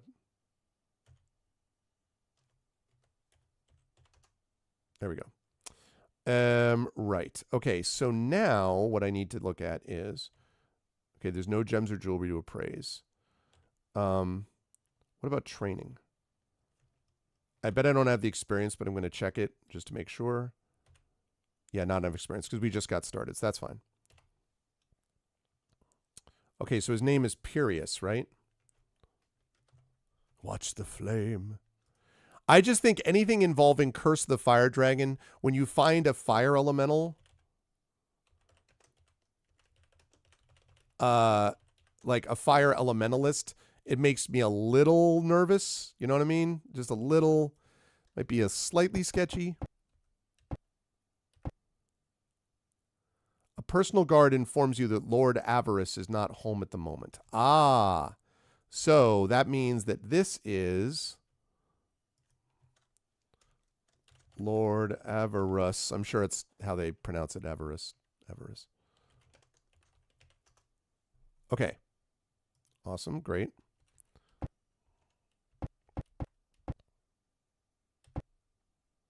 The heavy crash of iron on steel comes from the back of this shop.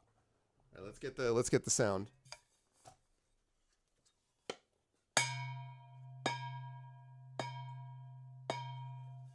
Just wanted to make sure we got that sound effect for you all. Where a blacksmith is busy pounding a piece of metal. You watch for a few moments as the metal takes shape in the skilled hands of the smith. Perhaps a little irritated by your presence, he looks up at you and says gruffly, "What do you want?" Do you ask for information? "I really don't have time to make any fancy swords like the bladesmith next door, but all the standard weapons and armor can be found here. Why don't you look around while I finish up here?" Okay. Well, let's take a look. Ah, so here we go. Ah, we have bolts too. All right, I'm going to get some extra bolts for somebody, and that plate mail might help too. Okay. Let's look at, who is it that's got the bolts? No, he's got darts. View items. It's not that one. View items. Okay, him I don't want to have arrows unless he has to have it. So, who's got the bolts? Is it you? No. Must have been Raven. Ah, yes, Raven.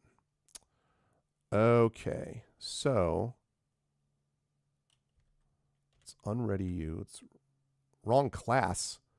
It's the wrong class. Why the hell are you holding it?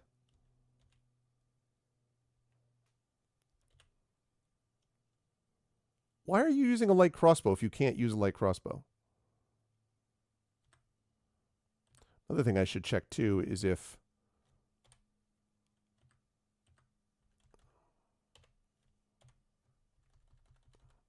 is this just a regular ruby? Yeah. Not enough money. Oh. Okay.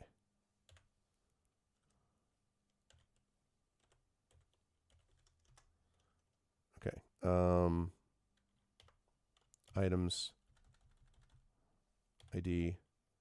Yes. All right, that's what I figured. So that was just double checking. Okay, that's good to know. Wonderful. Okay, so bolts. So if you can't use bolts, then there's not much really a use to have it in the first place. Okay, so then we're just going to look and see. You have got Drow chain. You've got a belt, a boots, and cloak. You've got, right? Scale armor. I bet plate would be better, though. So we'll think about the scale armor. Chainmail and leather armor. Okay.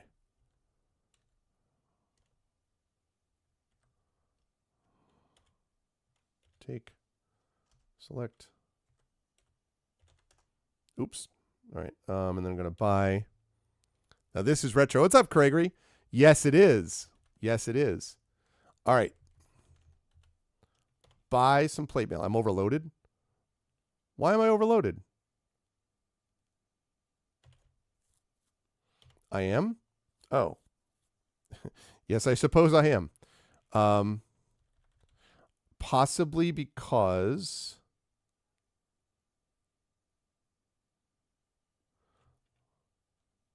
All right, so instead, what we do is we drop platinum.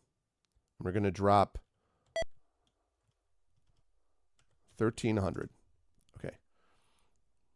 All right, that's fine now because now I can actually buy the plate mail.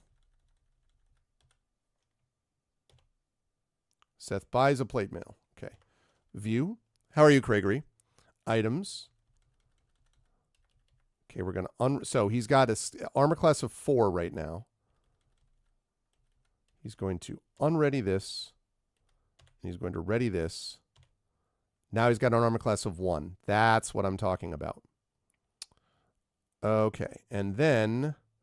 let's see. He is going to... All right, now he's going to try to... Can I sell this is the question.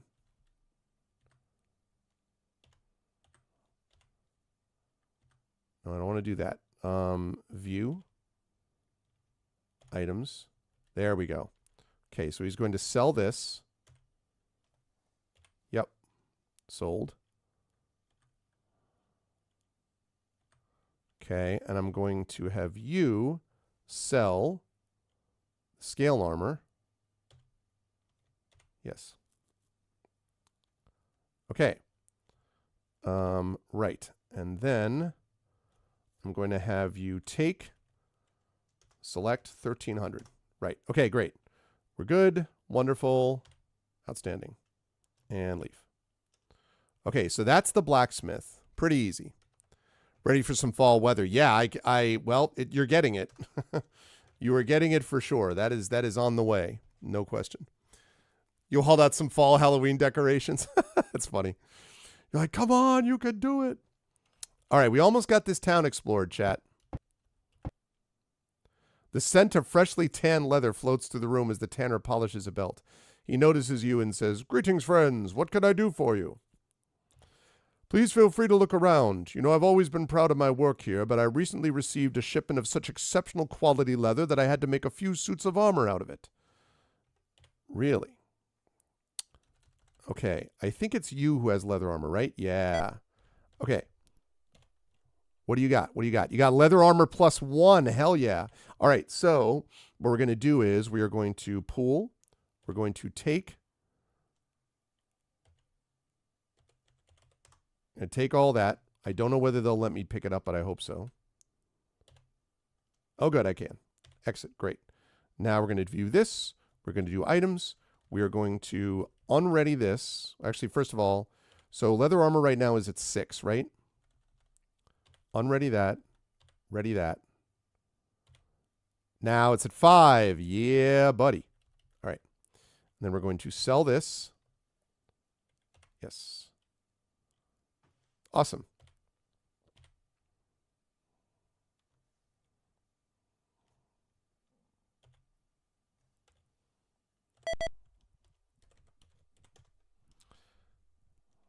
All right, I think that's all because all the rest of this... Oh, they have leather armor +1 for several of them. Does anyone else wear leather armor? Chainmail. Plate mail. Obviously, nothing. And also, again, nothing. Drow chain. All right. Okay. So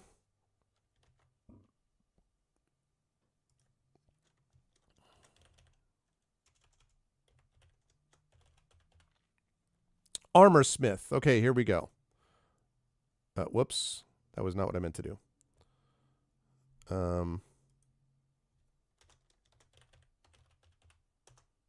Okay. All right.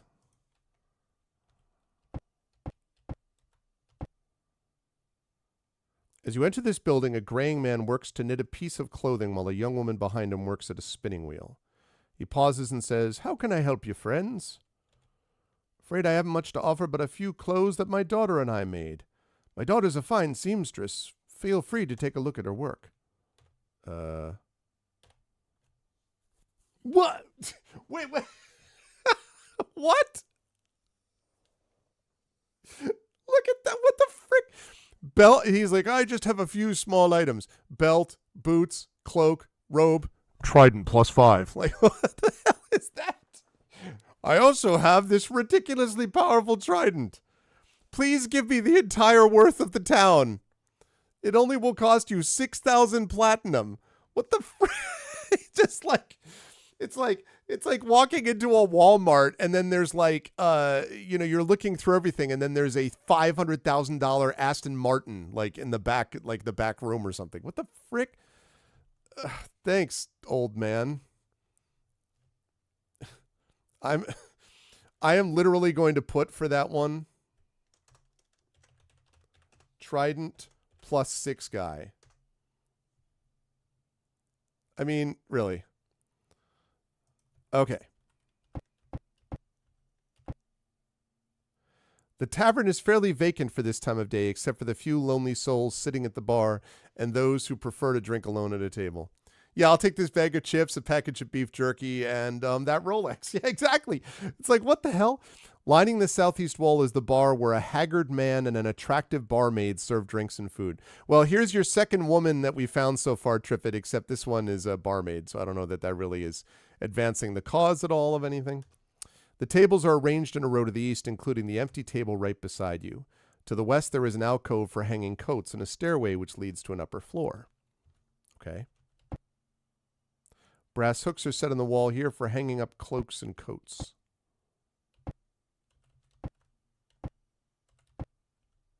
Empty table rests here. No, not yet. An old man sits alone at this table with a look of hopelessness in his eyes. "Aye, these are dark times for Rama, where men and monsters plot evil deeds and maidens are given unto dragons." Okay. A rugged bartender. "Hey, rugged bartender." Bartender speaks in a throaty, low voice. "Pull up a chair and have a bite to eat. We charge only 1 platinum piece for a plate of food and a single beverage. The meal today is brown rice with fresh fish, straight from the Sea of Camden. Very good, I must say." I'm not going to buy that now, but thanks. You head up the stairs. An unshaven innkeeper pauses at your arrival and responds with a simple grunt. "The rules are posted right here. No fighting after dark, no assassinations, no stealing from guests, and no hexing the innkeeper. If you can follow these rules, you may stay here as long as you like for only 5 platinum." Okay. Not going to do that now. But thanks, I now know. Oh.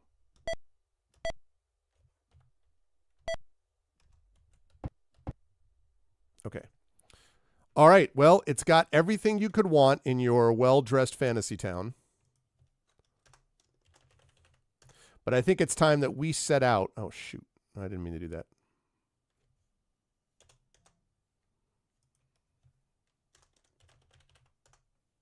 Okay. So we are going to save.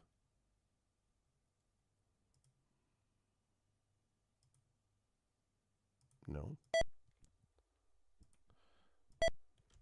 And we are going to save the map. Okay.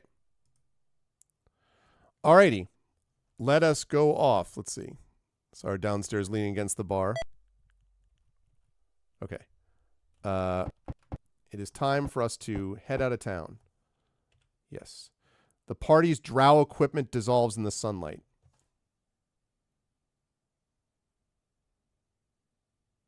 Womp womp. Why would you give me...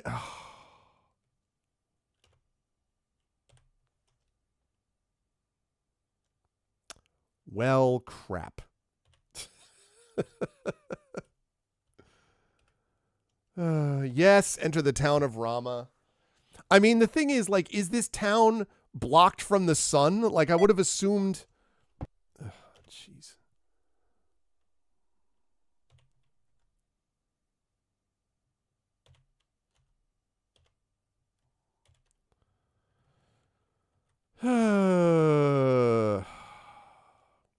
All right, let's go get some plate mail. I think it's... Is it this guy? I think it's this guy. Man.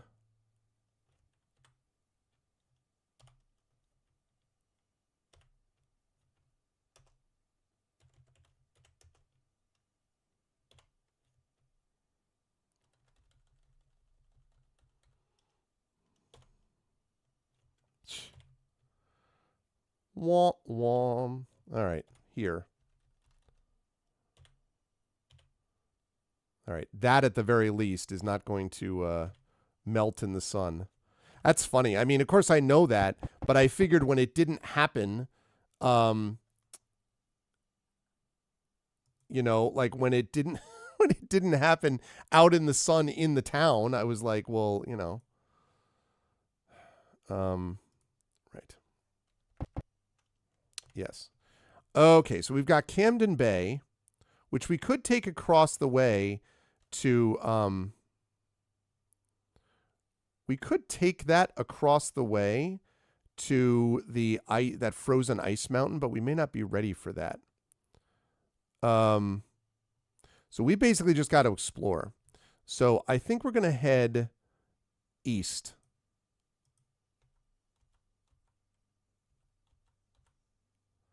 Large stones have been arranged in a circular formation here. Do you approach? Yes. Ooh, it's the Lunar Observatory, is it? Okay. Within this clearing stands a large circular stone formation. Oh, this is where the guy signed the treaty. A wooden sign has been placed nearby which reads Lunar Observatory. I guess the Lunar Observatory isn't of much use to us during the daytime, a member of the party comments. Yes, but what if I were to wait for, let's say, 2 hours?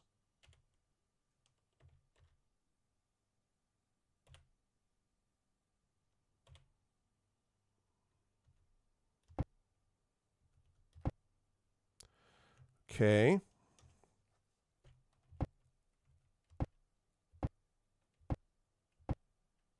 Leave the observatory. No. No. No.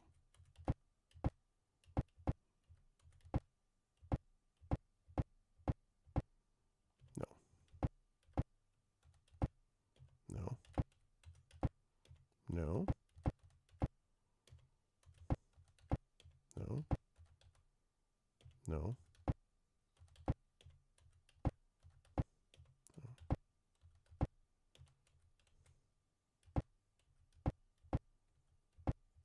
All right. Let's see what this observatory shows us. This must be where we stand to look at the moon, Dahl says. There is no moon to be seen on this starry night. It is the new moon. The seventh moon has not yet risen, someone says. Oh, okay. Fair enough. Just stars must be a new moon. Yep. All right. I wonder if I can make a note on this map. I don't think I can. All right, so that's the observatory. High above you on a rocky ledge, a cave lies partially hidden by trees and underbrush. Do you enter? Yes. Oh, it's a griffin cave. Okay, let's save this under something different. Let's save this under B. No. Do not exit.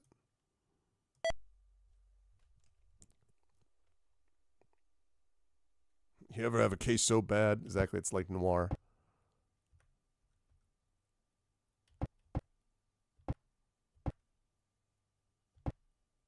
A young fledgling emits a high-pitched screech as it spots you, calling its parents into battle. A battle begins. Here we go, chat. So welcome to the amazing Gold Box combat. Now, the thing about Gold Box combat, and it's striking me that I'm probably going to have to play a little music along with this. I got to go find me some music for this. Let's make it, because I thought there was music within here, but let's fire up some music, and then I'll explain the way the combat works here. You know, between things. Yeah, the Griffin sprites are pretty cool, right? Okay, let's go with...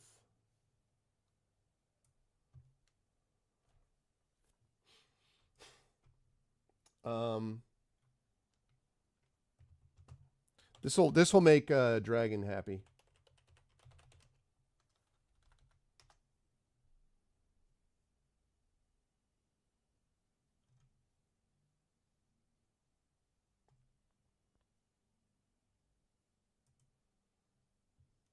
Save with Not that.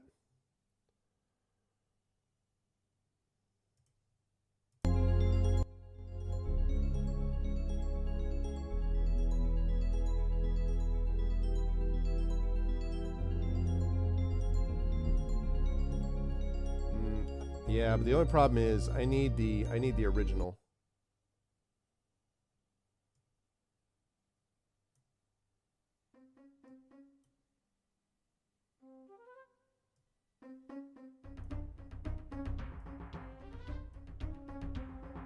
Okay, there we go. Okay, here we go.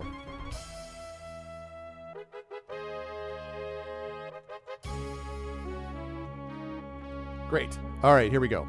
So now the way that this normally works, in this section the map is replaced by this, and it shows you the Griffin, it shows you its AC, it shows you what you can do to it, like whether you can hold or charm it. We've got a fledgling back there.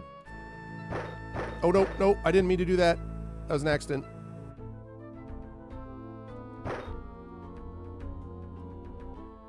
No. Undo. Can I view, please? No. Let's see. Okay, that was almost a mistake. All right, we're gonna cast.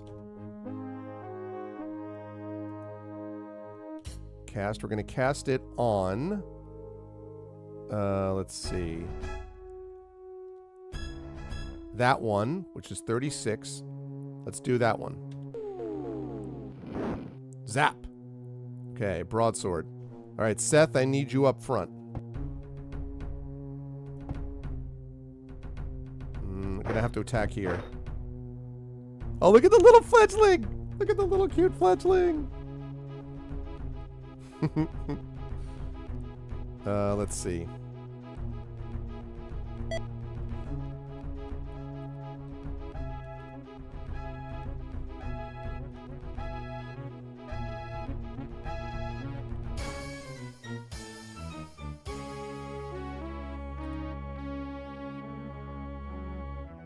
Oh, Sir Anthony has got to get up there. All right.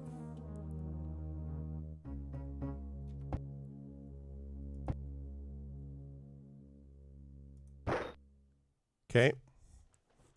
He's just a little guy. Okay, Valia, I need you to...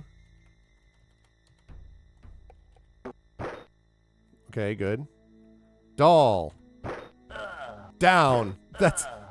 What? Raven, no! Raven! Raven! Okay, I really need you to kill this person quickly. Let's see. Oh, I'm out of magic missile. Okay. Aim. Exit. Do you have... Oh, okay. Yeah, no.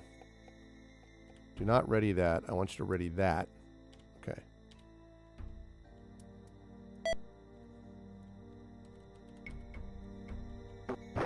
Dart. Okay. All right, I'm going to take a chance. I don't want her going down, so I'm going to...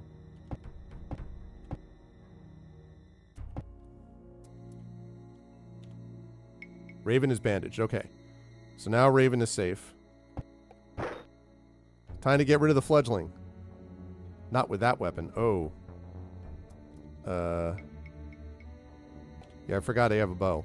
Fledgling flees in panic. Goodbye, fledgling. Okay, we defeated it. Success. Could not tame the fledgling, sadly. We got no treasure. All right, let's, we got to fix up Raven there. Raven kind of got smacked around a bit. So, fortunately, though, we have Cure Light Wounds on Raven. We're going to cast Cure Light Wounds again on Raven. You can't hide. And then we are going to have 1 second. There we go. Okay. And then let's see. Who else do I have? Nope, nope, nope, nope, nope, nope, nope.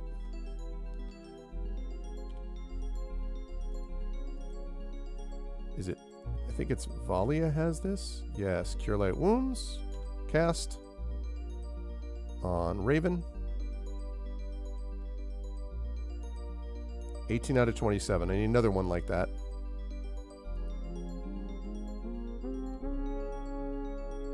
All right, Raven's at 20 out of 27. Seth could use something too, actually.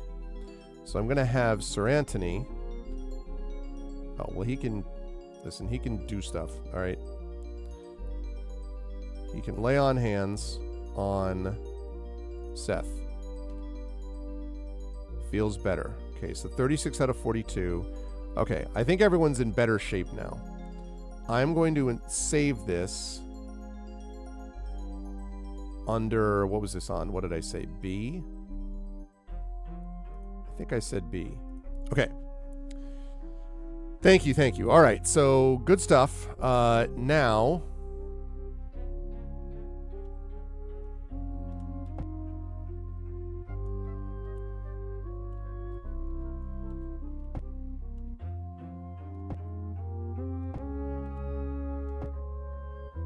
There's a foul odor coming from just around the corner.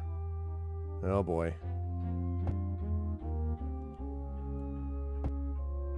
This large nest contains bits of fecal matter and the half-eaten remains of a horse carcass. I mean, rotting carcass coupled with the griffin feces rendered this nest an unsuitable resting area. I'm not going to rest here. I'm going to search. Ugh.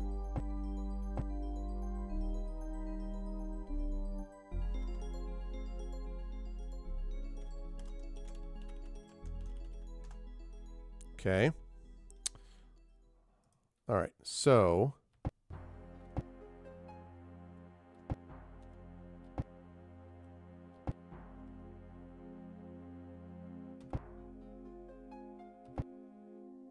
there are bones and small picked over bits of flesh strewn about the center of this room. Where hungry eyes turn on you, a battle begins. Uh-oh. Okay. Oh, they're up there. Okay. Interesting.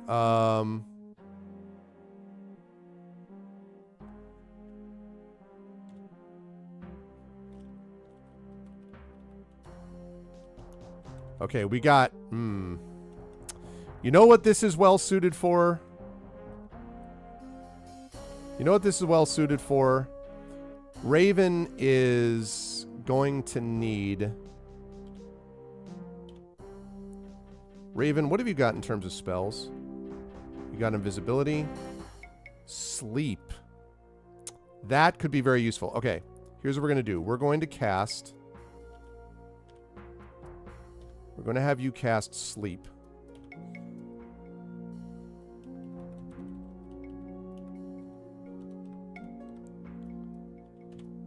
Sleep. Did that not work?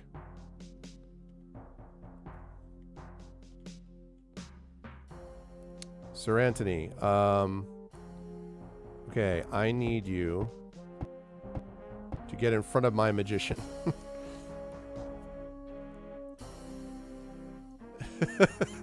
Exactly, Emily. All right, I'm gonna guard.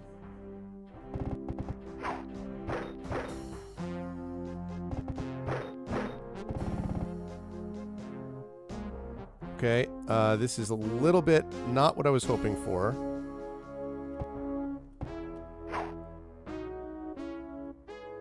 Let's see. I need you to...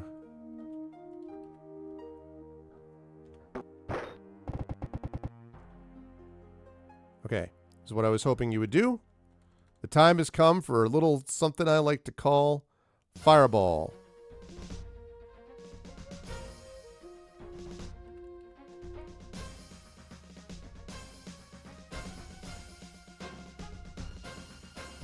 I think this does it.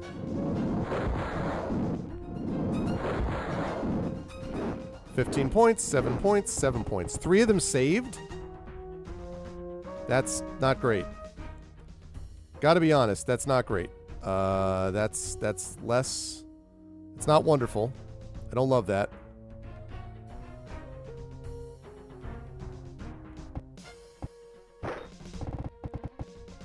We got a lot of griffins here.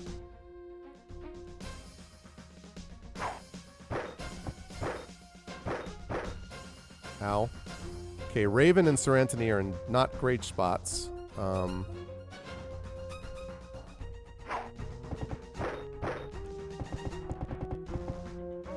We got a lot of griffins. This is not great.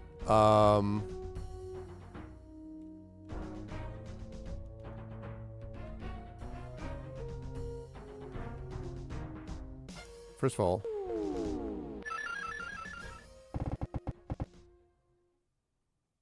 that helps him, but it doesn't help anything else.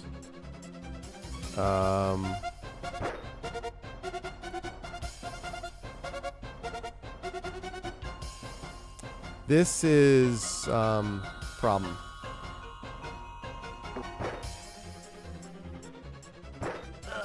Nice. Down goes one griffin.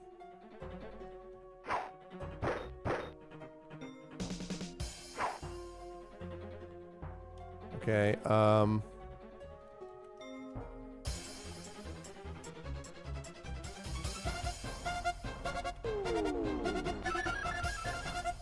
Griffin is weakened. That's good. Ow, ow, ow.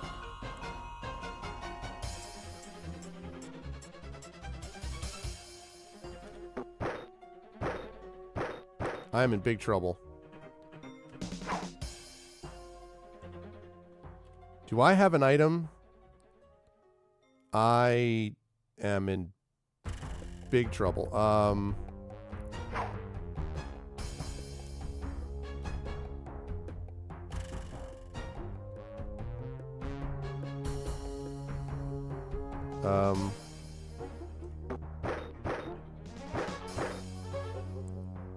This is very bad.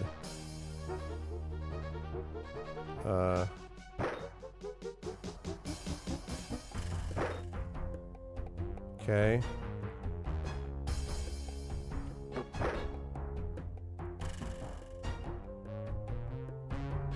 I wonder if I can get... I think I can get one spot. Okay, good.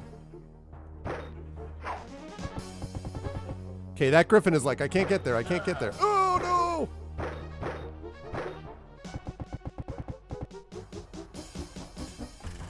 I think Raven is just dead.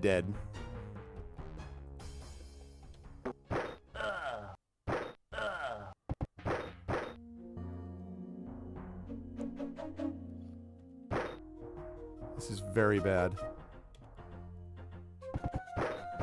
Ow, ow, ow, ow.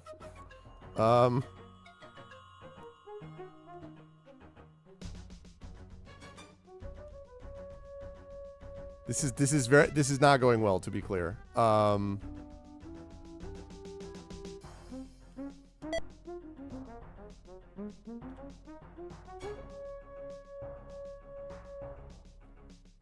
didn't want to go there.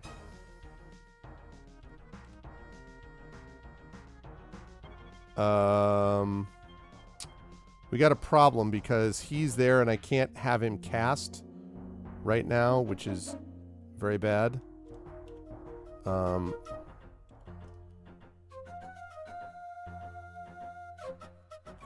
Okay.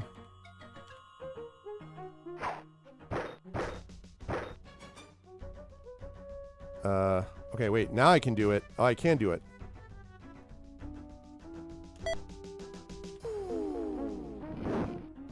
Five points of damage. Come on, man. All right, I got to unready the bow and ready the scimitar.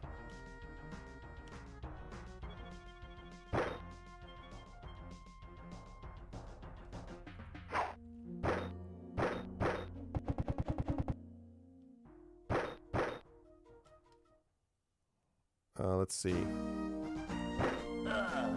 Dead. Okay. Stop missing. Stop missing.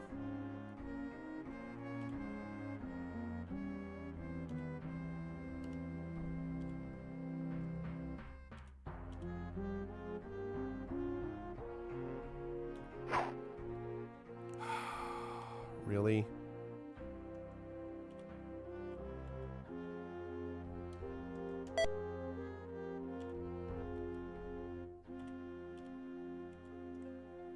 This is not looking good, chat. This is not looking good.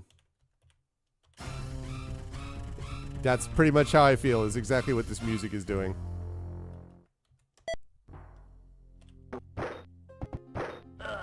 Yep.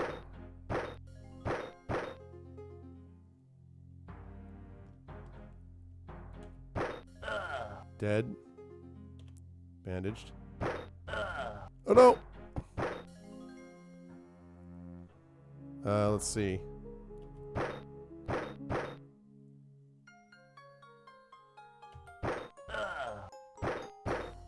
Okay.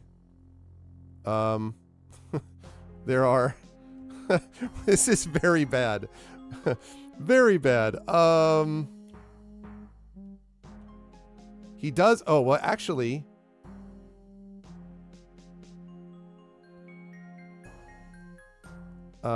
I can use...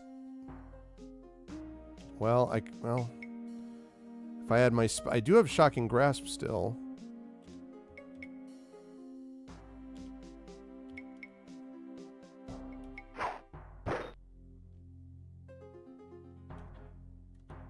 Shocking Grasp.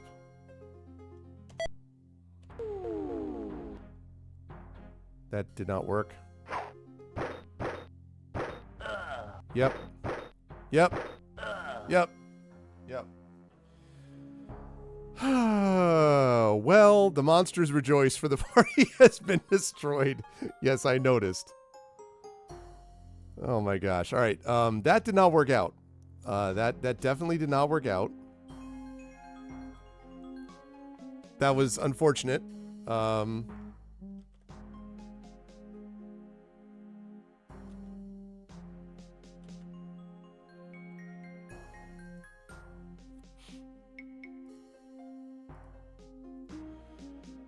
Well, shoot.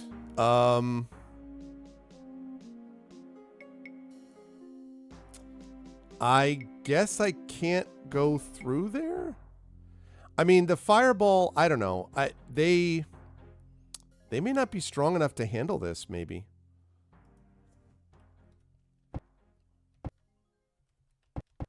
Okay, I came from here.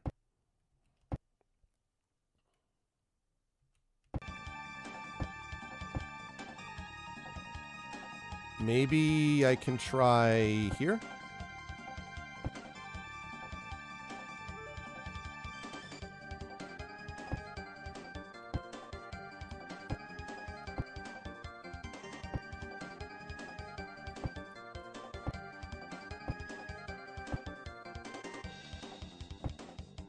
I'm worried about going into any of these rooms because I feel like any of these rooms are going to have more creatures.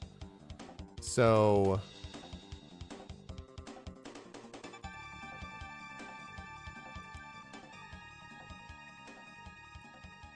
All right, let's try it. Two fledgling griffins play together in the center of this lair. One of them spots you and screeches, calling its parents from their nest along the southern wall. The griffins attack. Okay, but how many, though? Okay, see, this is more rational. You gotta go clear this over some rats, I know. This is more rational. See, I've got one of these.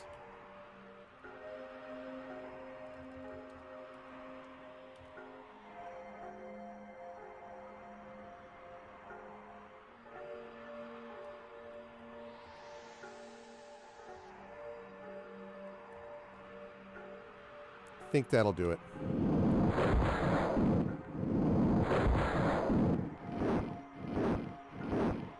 Oh, shoot. Whoopsie. Sorry about that. Jeez, like what? What the heck, man? Raven's unconscious.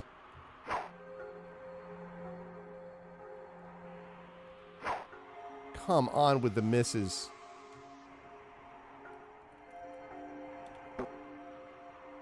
Please stop hitting with...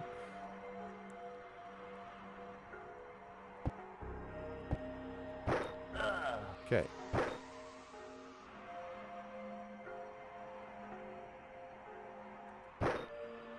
Okay.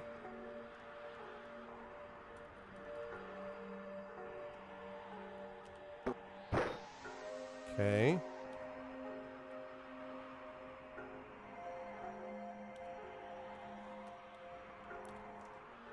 Okay, you are there. So, all right. Yeah, I mean,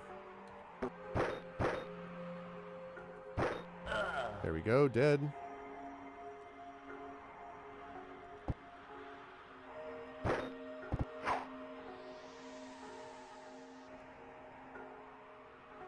Aim. Target. Okay, death to the fledgling.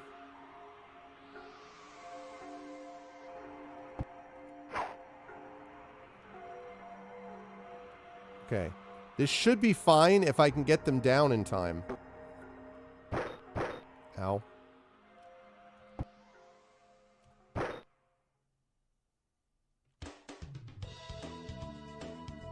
Actually, wait.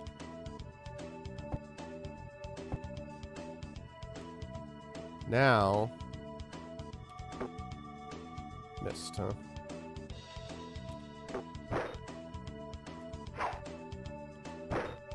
There we go. Woo! Okay. Still no treasure, though. Okay, well, first of all, do I have anything left? Do I have anything left to cure them with, maybe?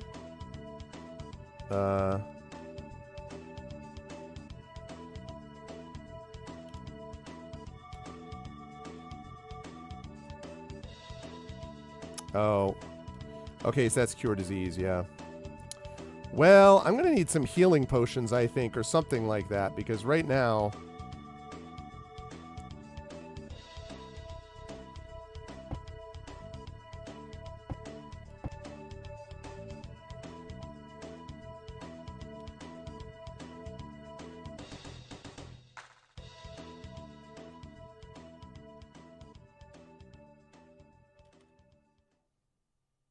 I was so excited when I heard the sandwich was back. I was like, Cloud 9. Wait. And a little thing I love I don't care about this. There's an advertisement. Okay, there we go. All right. Well, I think the problem is I can't rest here.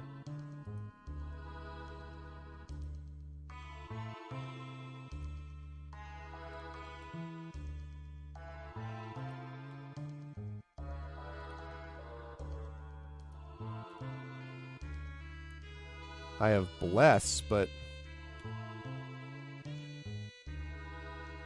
Oh, okay, she did get fixed. Okay, never mind.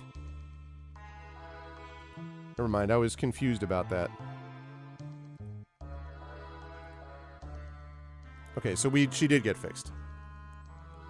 Now I'll never know which sandwich is back.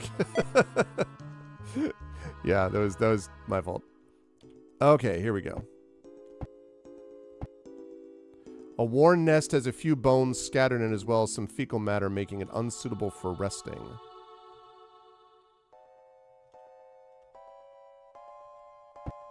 Alright, so far this has been kind of a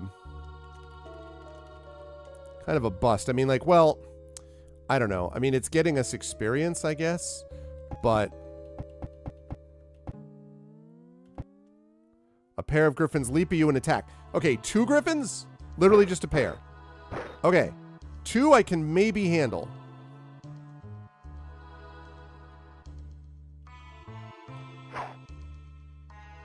Although not if we're going to continue to...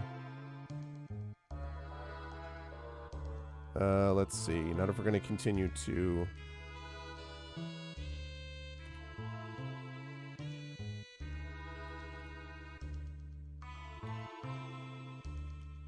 I'll target myself.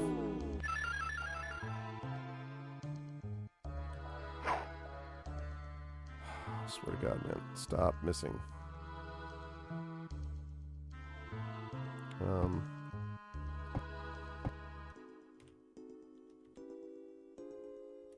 Actually, wait.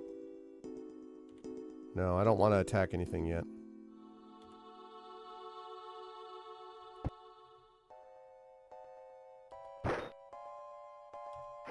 I need you dead.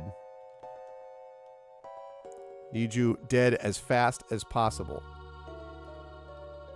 Okay, target.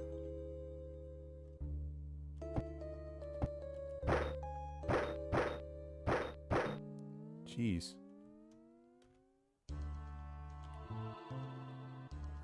Let's see. Guess I'll have you keep guarding.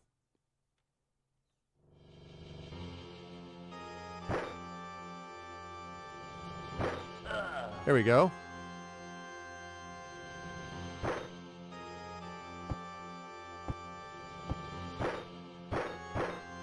There you go. That's who you want to be attacking is Seth. Good call. Now I'm going to hit you in the butt. Okay, well, you turned around, but that was the theory anyway.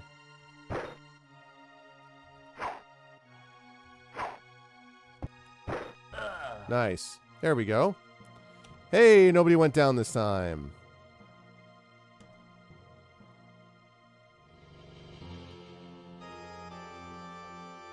Nobody went down this time. That's good, but less good is the fact that as good as the fact that I still don't have any cure spells.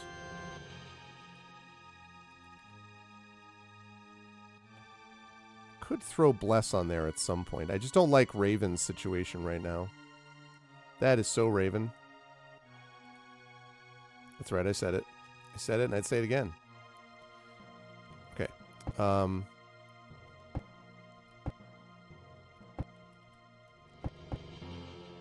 Pile of sticks, straw, and bone mark the beginnings of a nest. The empty nest here looks like a safe and comfortable place to rest. Aha! I've just finished narrating over That 400 sounds pages good. I am of glad Dark to Souls lore hear it. I from am a very book happy called about that. Okay.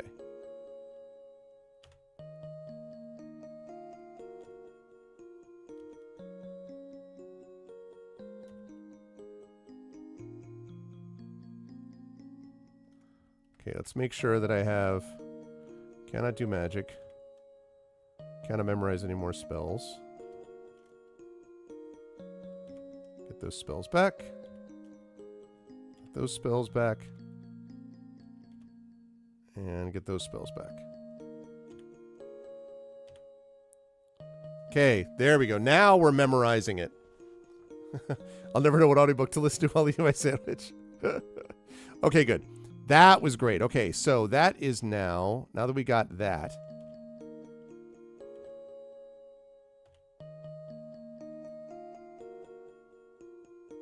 Okay, now we're going to save that. Okay, now that's excellent. Okay, now we're in much better shape.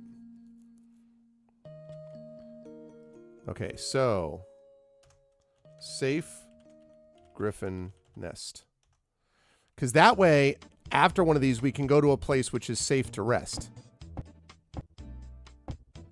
So now I can go here. There are bones and small picked over bits of flesh strewn about the center of this room where hungry eyes turn on you. Okay. So yes, this is the big mega fight.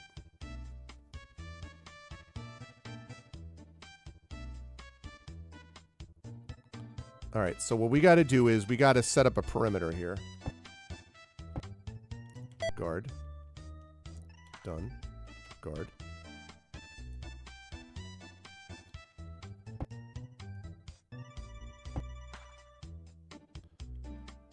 Done. Guard.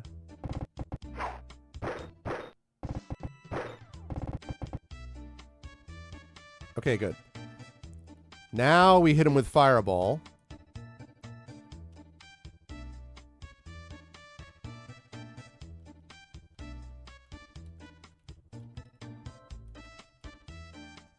Okay. I would like to hit these guys.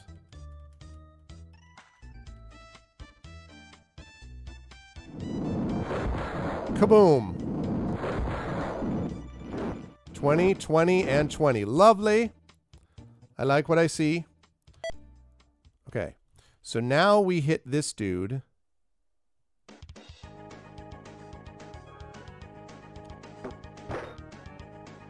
Nice. Okay, now. Doll. Nice again. I want to get the freaking... Thank you. Yeah. I understand that's a guard. But now we've got the perimeter set up, see? Nice. Down goes one Griffin. Do-do-do-do-do-do-do-do-do. Here's the combat music that is rolling. Now we got a roll in chat. All right. So now we're going to get some magic missile going on. And we're going to go after this one. 11. Nice. Okay. Let's see. I have to figure out. I have to give her something, some other ranged item. But in the meantime, we're going to give her some more magic missile. Use that on this, I think.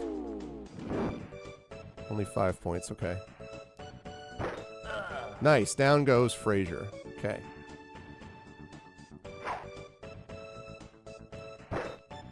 $16, I love it. Okay, so far so good. This is going much better than it was last time because I have my guys were better prepared.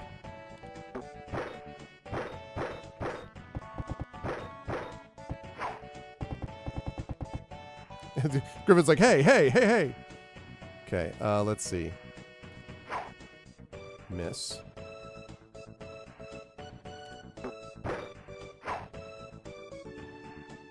Let's go for this.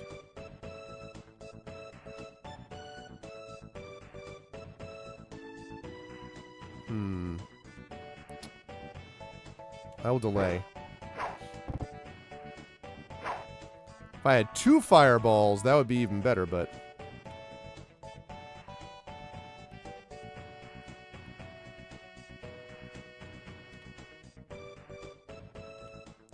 Wait, are you out of darts? Oh, you are. Well, That's unfortunate because I need to get more darts. I'm going to go back to town after this once we get through this cave. Yeah, there are a lot, but I think... I'm just going to put you on guard for now. Okay, that one's dead. I'm going to guard. Also guarding. Alright, let's go for... Damn it. Guard. That guy could have gone down there, actually, I think.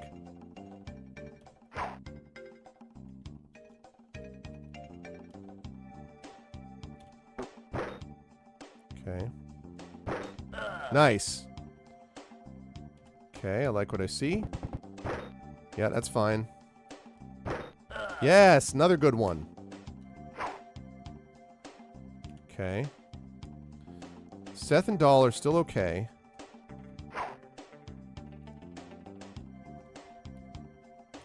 Okay, and then there's 5. 5, I love it. There you go. Now we're cooking with gas.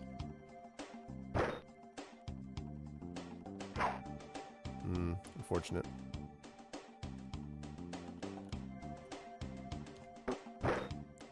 Two is unfortunate. Darn it. Guard. If I had him in a row of 4, I'd put Raven up there, but otherwise, no. Nice. Fleas in panic. Kaboom! Hey, I didn't tell you to leave.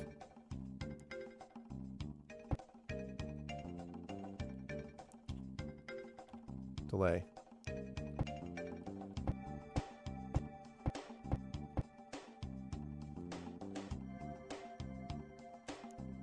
Okay, let's see.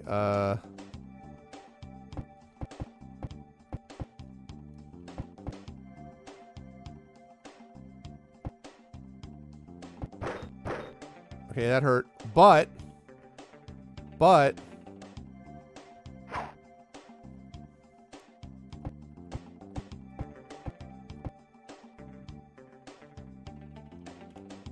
do I have items? Do I have enough that I can... No, I don't have anything I can shoot at you.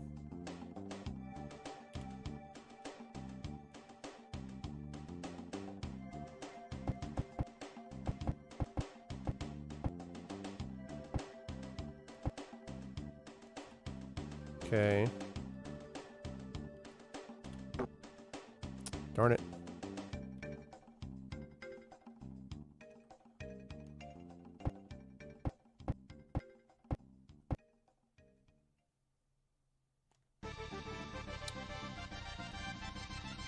All right, can I...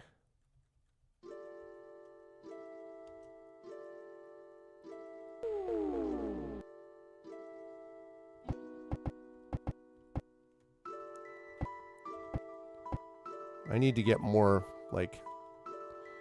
I need to get more ranged stuff for people. I don't think I'm going to be able to sleep this griffin is the thing, but maybe. No. Ah ha ha, but...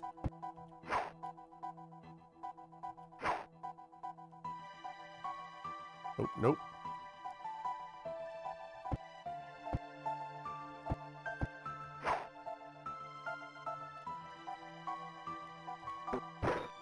I did not give you permission to depart.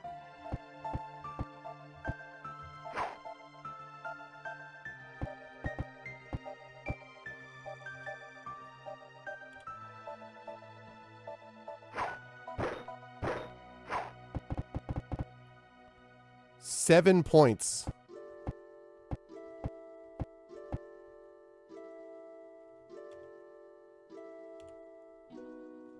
All right.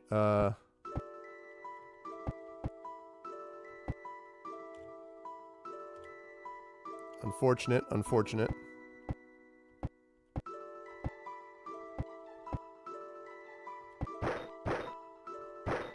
Yeah! Ha ha! They did not escape. Now, that's the way we do it, chat. And notice, by the way, that Valia... Now, do you see up that she's got the yellow bar underneath her name? Valia is now ready to level, which means that when we get back to town, we can level her up. That went much, much, much better. Much better. All right. So let's heal a couple people, shall we?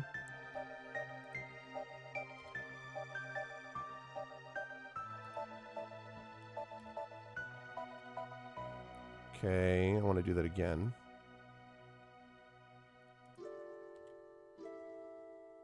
Okay, he's better shape now. All right, let's see. Who else do I have who's a... Nope, it's not her. It is... One second. As I skip there. Okay, good. Right, so next up. Everyone lived is much better than TPK. But I mean, I felt like I was in much better... That's fair. I felt like I was in much better control of that fight, though, all the way through. See, this is the happy we beat the Griffins music.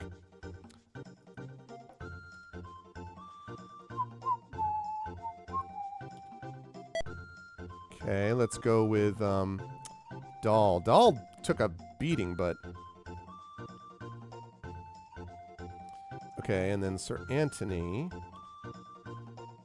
Oh, he doesn't have lay on hands? But he rested. I guess, yeah. Oh, it has to be 24 hours, I guess. Okay, either way, that's fine. We're going to encamp right now. We're going to save this under B. All right. That was fun. That was fun getting it because it just made me feel a lot better when we actually had it there. Okay, now, because this was the main room that they were in, I'm guessing that I can explore this room safely.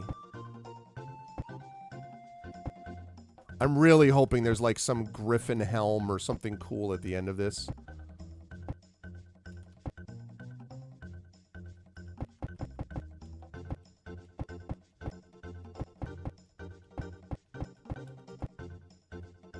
Okay. We are going to safe and rest.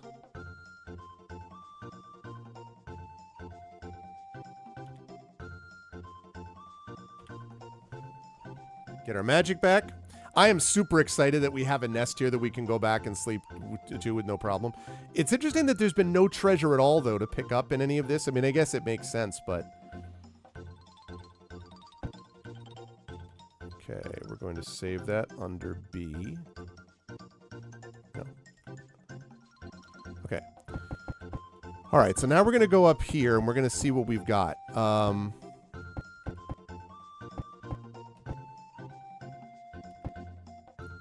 Waiting for you to enter the room. A griffin ambushes me from the side. What? A single griffin? Wow, went after Remloff. Dude. Not cool.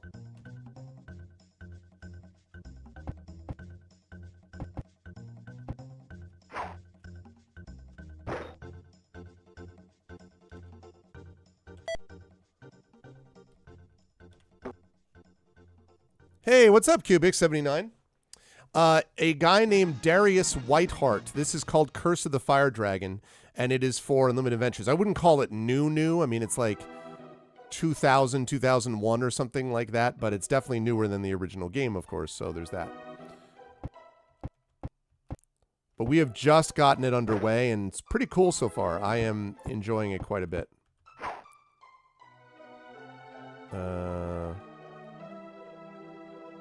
I don't want to have to switch him out yet.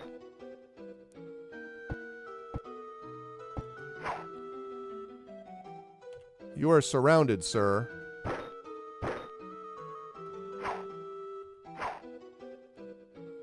Not that you could tell from the way that my people are missing, but... Come on, man. Ow!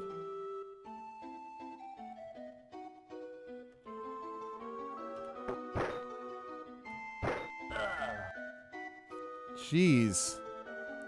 Poor Remloff, man. It is pretty cool. Yeah, I'm pretty excited about that. I'm less excited about the fact that that my boy Remloff just got ambushed. That's less great.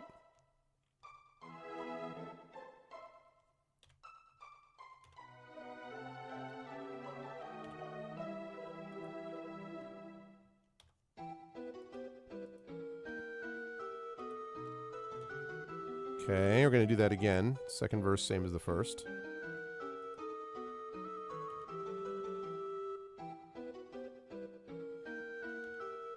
Okay, and then I need, let's see, Sir Anthony, I believe? Who is it, Valia? It's Valia. Yes. I should be casting Bless on my people, too. I keep forgetting to do that. Got to do that again. Okay. That's pretty good, I think.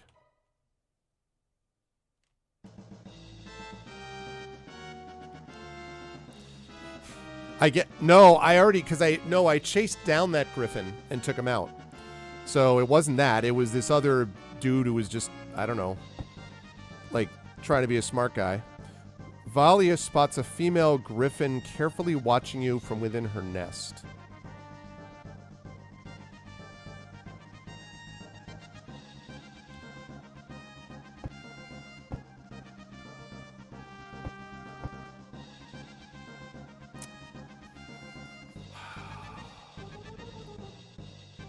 I'm going to challenge it. Let's see.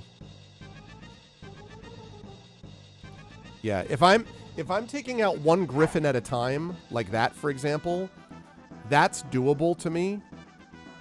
I can do that. The issue is really when you get a bunch of them ambushing or a bunch at once.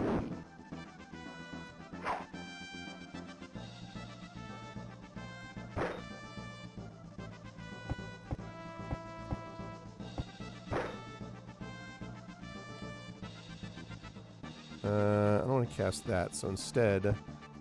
Whoops, nope.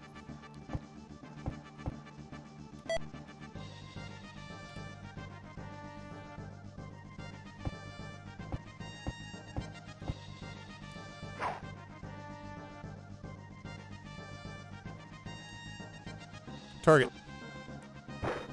Ah. Okay. Nice. There we go.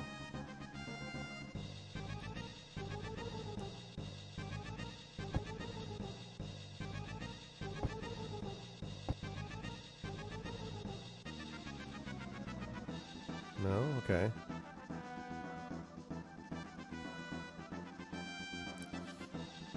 Okay, not sure about this move, but we're going to see. Inside the nest, there are 2 shining, unhatched griffin eggs. What do you do with them? Well, I'm going to take them. I don't know what I'm going to use them for. That could be very useful. I wonder if I could I, like, hatch the griffin eggs and raise them? Or something? I mean, obviously, they're going to be a lot of money, one way or the other. Like, that's for sure.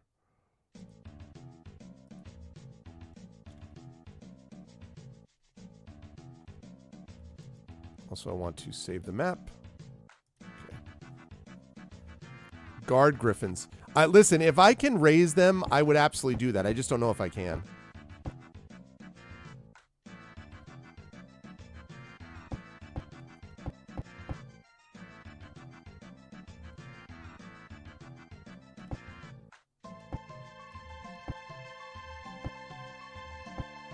Oh, that's the cave. We just got through the cave, y'all. So this game turns into creatures. That's it. That's the cave. All right, let me make sure that I didn't miss anything. Oh, Screech is heard in the distance. Okay, I'm getting out. I don't know. I don't know what the deal with that is, but I'm not taking any chances.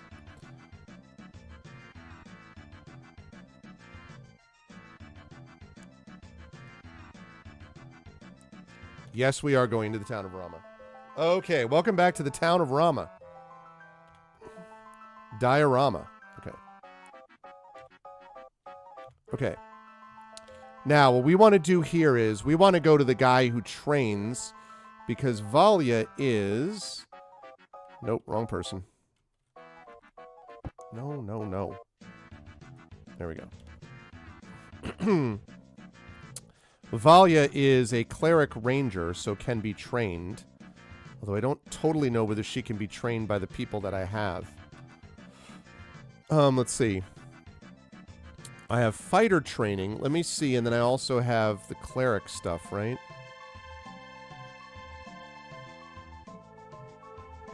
Let me go see about if I can train her in the... Because I wouldn't mind having a little bit more cure power.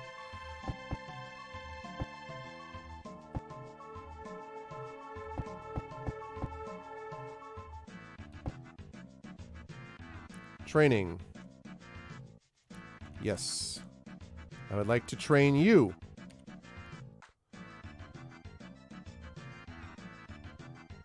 Oh. Okay. So I need to... Right.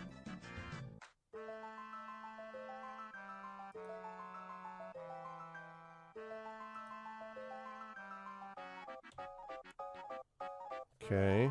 Select... Okay. Now I can train her. Yes, I wish to train. Alright, I wish to train you. Level 5 cleric. Congratulations. Alrighty. Worth it. Because now that that's happened...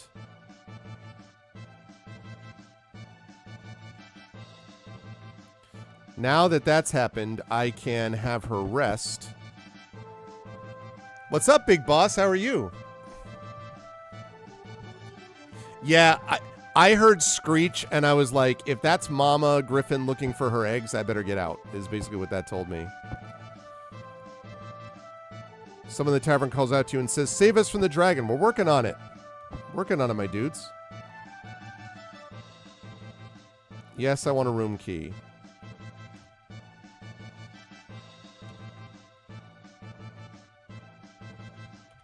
I wonder if I just get to keep this room. Oh, very nice. The well-furnished room Warmth, safety, and some much needed privacy. Oh, you can store items here too. We need to also get, we got to get some more ranged weapons for people. Okay, but first of all, so let's go with magic here.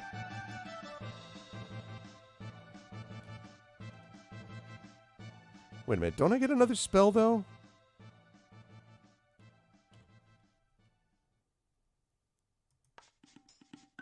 Wait a minute, wait a minute, wait a minute.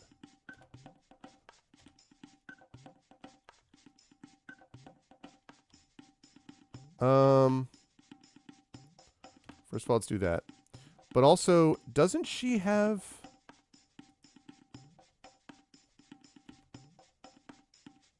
Okay, that might be alright.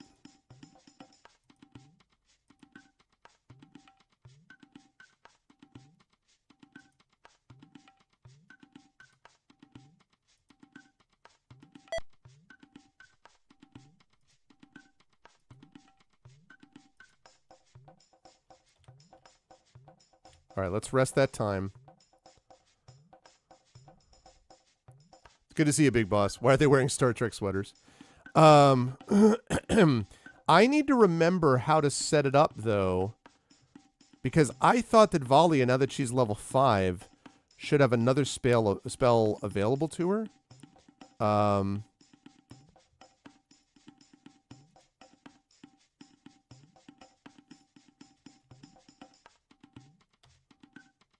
If I view her and then do spells.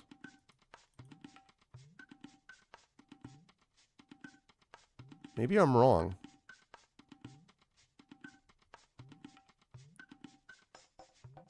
Because I would not have minded having... Because I want to change... There we go. There we go. There we go. This is what I'm looking for. Okay. So... Dispel magic, prayer, remove curse, bestow curse. Okay. Yeah, that was what I thought, and I was a little bit... Alright, so prayer for one of these, and dispel magic for the other. I was gonna say, I was like, now wait a minute here. Alright, we've got hold person, which hasn't been useful against griffins, but... let's go with... hold person.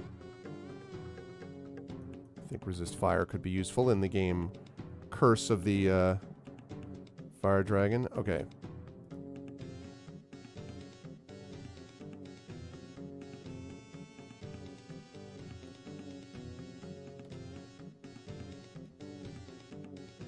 Okay, there we go. Okay, so...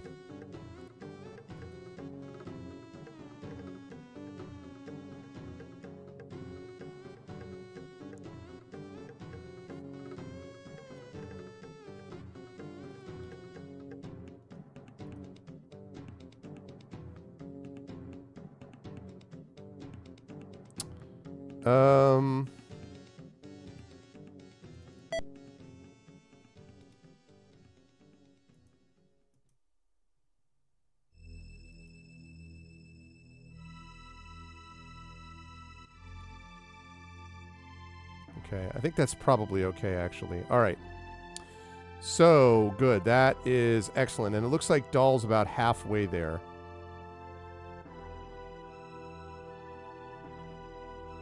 Okay. So now what I need to get is...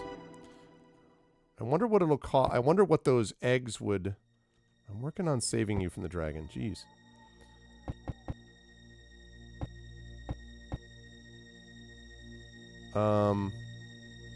Would you buy these? Would you buy these things? View items.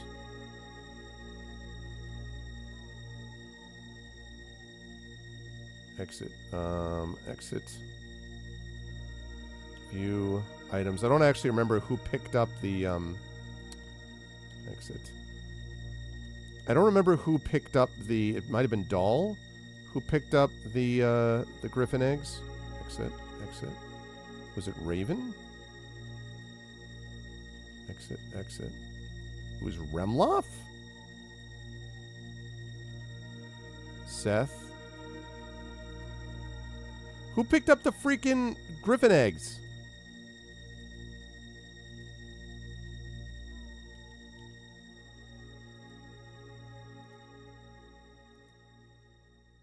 Is that like, I guess that's just a quest item then.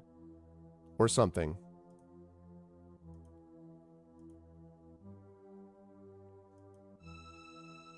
Interesting. I thought that someone would have picked it up. If it was a separate item, I guess, though. I didn't finish the game yet. Yeah, very cute. No, we had a very productive thing. All right. Well, so what we need to do is we need to get... if she's the wrong class for a crossbow and bolts, then I'm not going to have her use it. So the question is, what am I going to have her do? So she's a magic user thief. Yeah, so she should be using like a bow.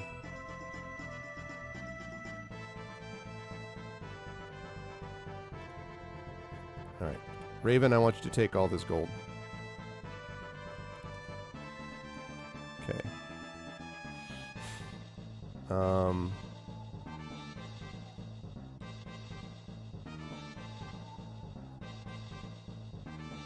Okay, so it's not there. It's got to be this one that has it. Oh, did I not ever go in here? I don't think I ever went in here. Yeah, I never went to the bladesmith. My bad.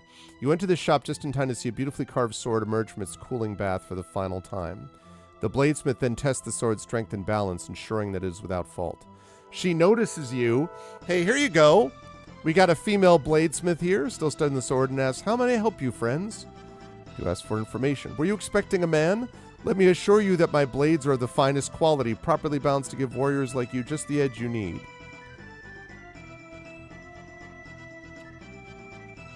Oh, yeah, here we go. Here are the items right here. Oh, my goodness. Okay.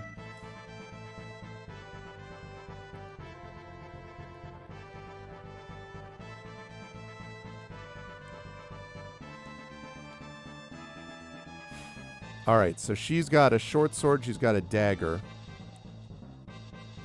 Let's sell the dagger. We're going to buy a dagger.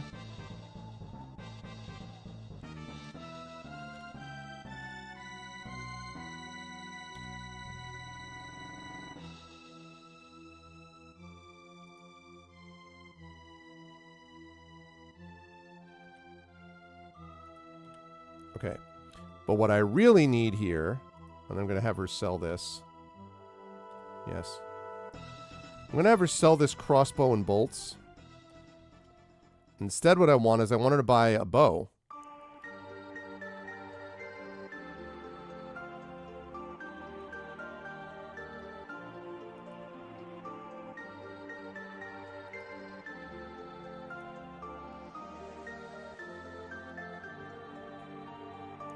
Also, I need to put a note there, which is...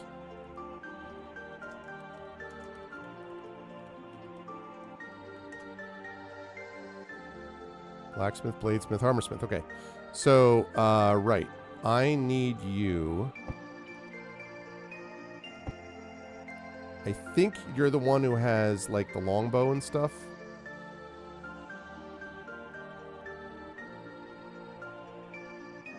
Bolts. Who has the longbow?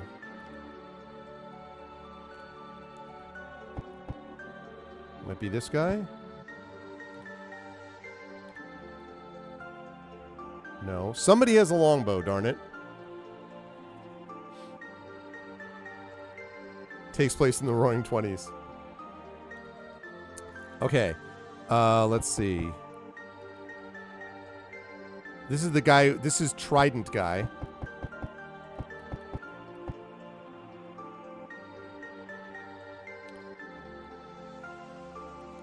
Who's got the... Okay, that's the Pirius, right. Discount furniture.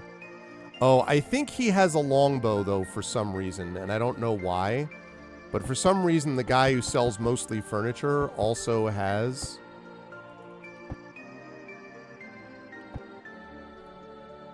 Also has a longbow. Yes, thank you. Let's make sure the right person. Okay, let's make sure that she can equip it.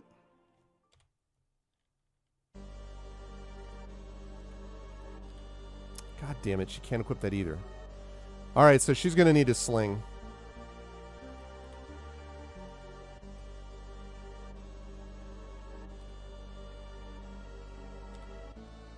Alright, so she needs a sling. Do you have a sling? You do not. Okay. But I know I saw someone who had a sling. Was it here? Yes, okay. Please tell me that she can at least use the sling.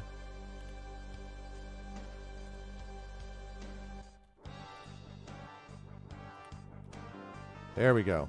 All right. So we've got the dagger, we've got the sling. Okay.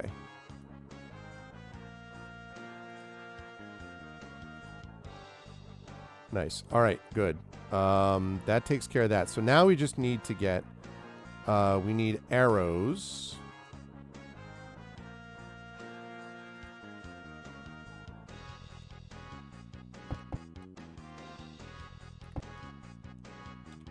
Is it here that you get arrows? Those are bolts and things like that.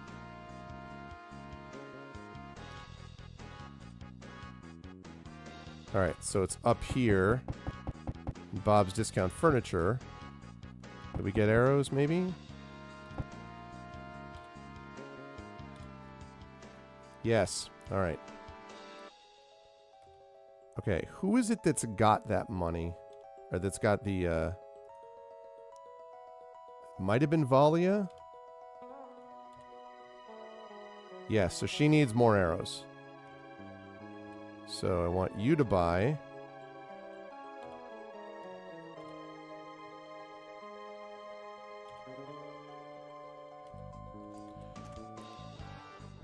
Going through this platinum pretty quickly.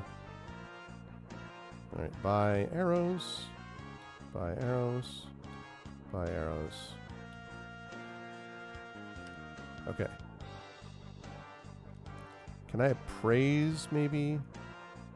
Alright, I'm just checking one last time to see if I can maybe get any of these people to appraise the griffin eggs. And if not, I just have to assume that I have them. And it's just not going to tell me because it's not in the regular sort of inventory.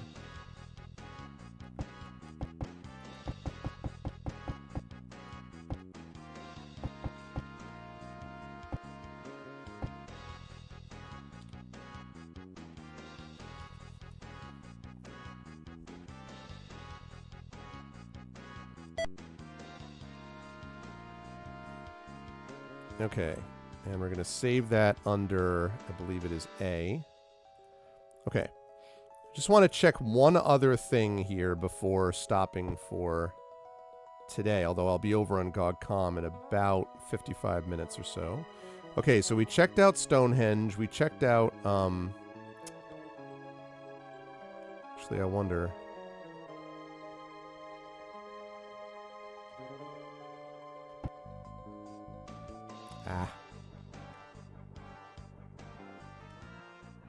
Alright, well, let's see. Can we rest for...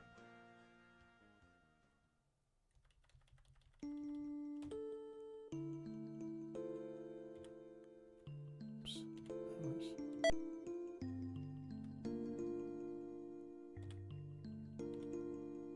Okay. Still no moon to be seen? Oh, I thought that was last night. There's got to be some moon. The new moon doesn't last for longer than a night. Or that's okay. All right, so we've been to the Griffin Cave. We've done all that kind of good stuff. Searching through the dense forest, you come across an old gray cabin hidden amongst the trees. Do you approach? Spider Grove? The path on which you now tread has seen little use as it is overgrown with underbrush, weeds, and tall grasses. Cabin lies just ahead.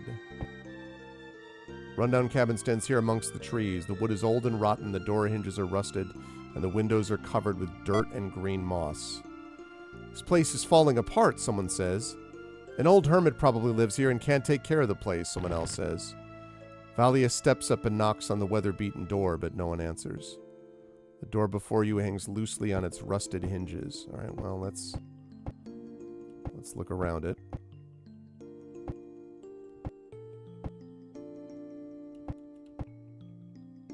Rear door is slightly cracked open. It appears to have been used more recently and more frequently than the door at the front of the cabin. That's interesting.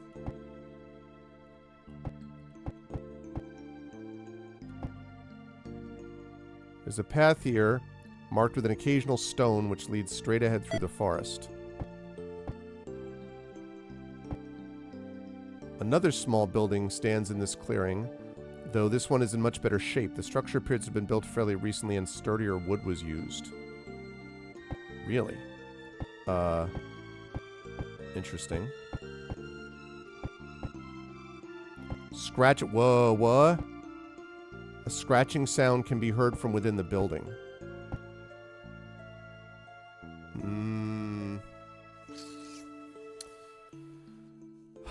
So we've got a rundown cabin, and we've got a better built...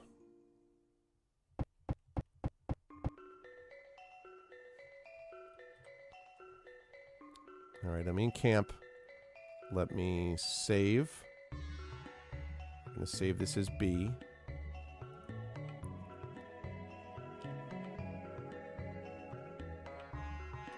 And we're going to save the map.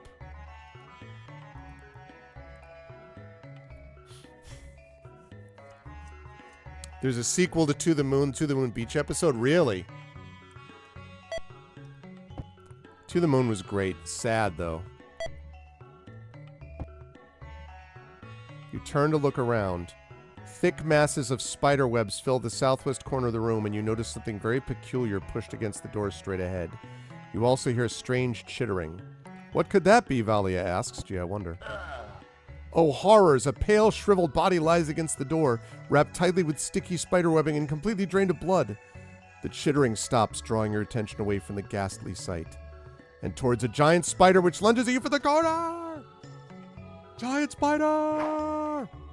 Oh, geez.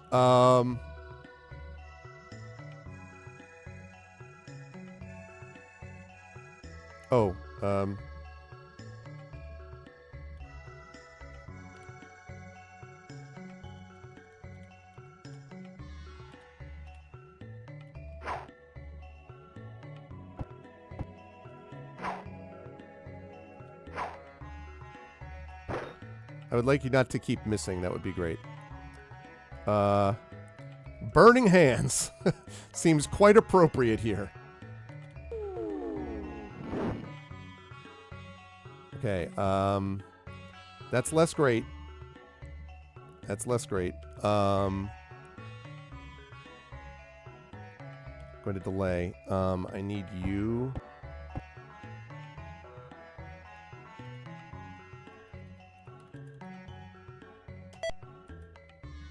What? Why? Oh. Help if I ready the arrows. Nice. Good shot. Raven is unaffected. There we go. Nice. Nobody got hit. Success. No one was hit at all. Again, no treasure. So that's why no one answered the door, Dahl says dryly. The slain spider now lies at your feet beside the shriveled old man.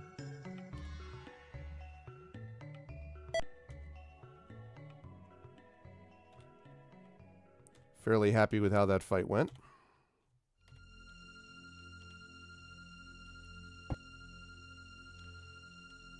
Spider's web is too thick and too sticky for you to climb through. An old cot and some blankets lie on the floor here. This tiny room appears to be a small laboratory. Bottles and vials stand on shelves, and rare flowers and herbs rest on a table next to an open book. There are several books, actually, with titles like The Healing Power of the Herb, Creating Potions, and Exotic Plants. But the opened book on the table is titled Deadly Poisons and Their Antidotes. Poor fellow. Looks like that old hermit was an apothecary, Dahl says. What do you want to do? Let's read the open book. Pages before you must have been thoroughly studied. Notes are written in the margins and complex formulas are underlined. The chapter deals with creating an antidote for the giant spider's lethal bite. and it mentions that samples of the spider's poison are needed. I think it's a little too late for him, someone says. All right, well, let's take the vials. We have found treasure. Yeah, buddy. Okay, doll takes one.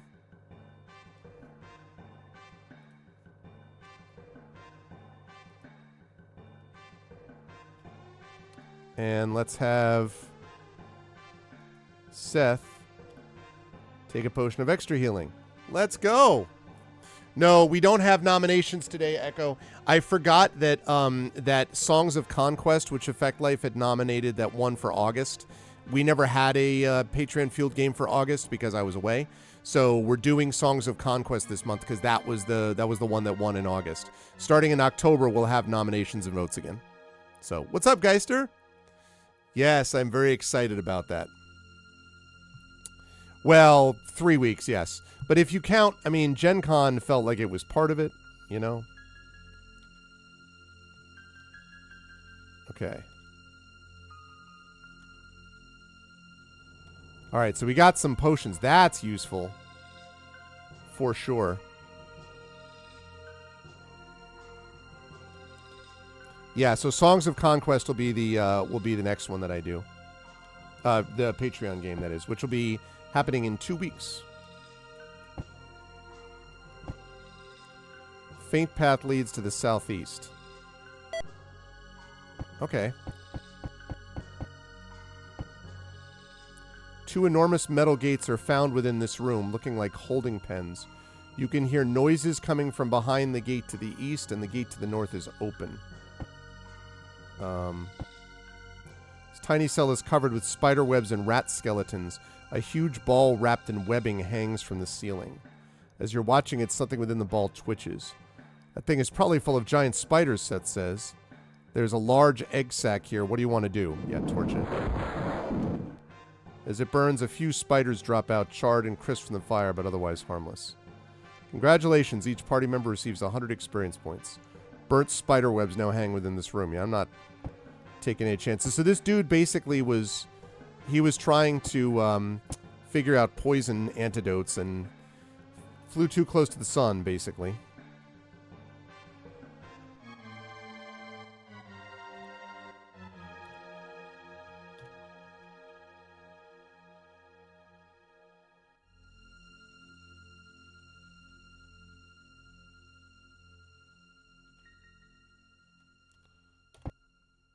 Uh-huh, huge spider. I figured. That's all right. Let me battle this one spider. Woo! I gotta get Raven off the front line.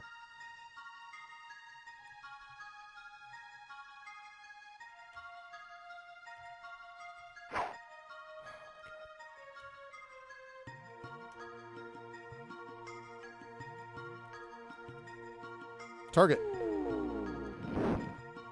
Nice.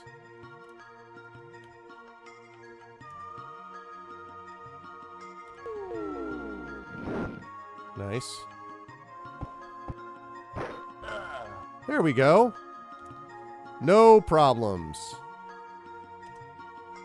The dead spider lying at your feet, you brush off the webs that have fastened to your clothing.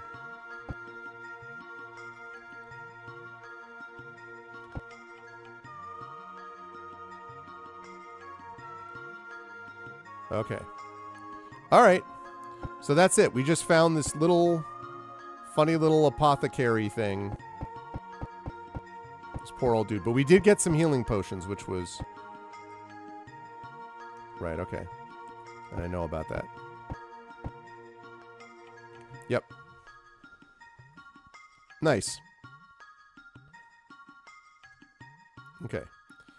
And so next time that we start, we're probably going to want to go up here and then go south and west.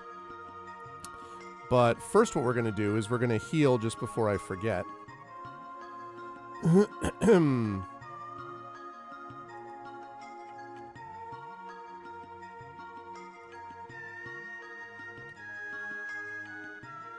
That was a terrible Cure Light Wounds.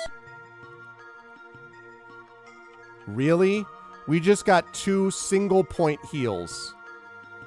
That is weak sauce, Valia. Absolute weak sauce. Come on, man.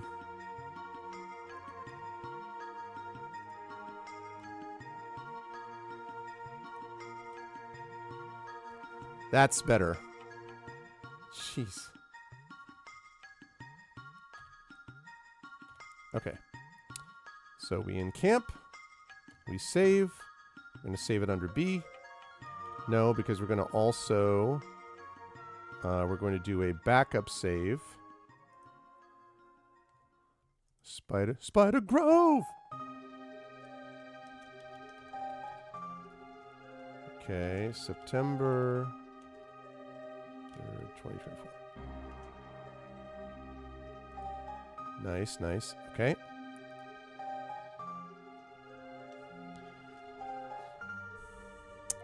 Yes, but this one actually that I'm playing, Geister, is not... Oh, you called Audible, you're going to World Fantasy? Oh, more things added to the list. Oh, my God. Yeah, I may or may not be going to World Fantasy. I'm not sure yet. Kind of depends on what the schedule looks like around then. Because obviously CanCon's a couple weeks after that, so I'm not 100% sure. We'll see. But, yeah, so I want to get Raven off of that front line, actually. Let me do this while I'm thinking about it. Order.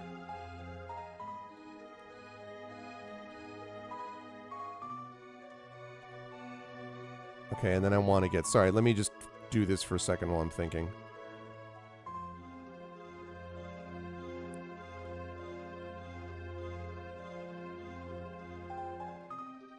Okay, and then I want to do Seth.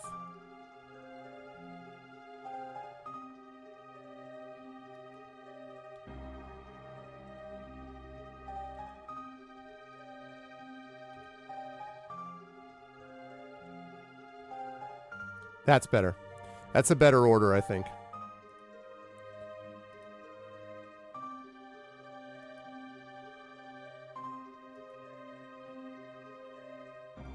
Okay. So, this actually is Curse of the Fire Dragon, Geister. So this is actually, this was done, I think, I want to say 2001 is when this particular module was done by a guy named Darius Whiteheart. And it's gotten a lot of good reviews as being a very solid game of this type, like Hall of Fame, Unlimited Adventures type. So since I had never played it before, but I wanted to do something retro as well, I was like, let me give this a shot and see what this is like. And so there we go. And the Power of Goldbox also made that work too. So it's interesting too because it shows a lot of the Goldbox companion games, and a lot of these I know. Pool of Radiance I played on stream, and I won that back in the day. Curse the Azure Bonds I won back in the day. I think I may have played Secret of the Silver Blades. I might have played Pools of Darkness. Champions, I don't think I did any of the Dragonlance ones. So Champions of Krynn, Death Knights of Krynn, Dark Queen of Krynn. Gateway to the Savage Frontier Treasures, I don't think I did either of those.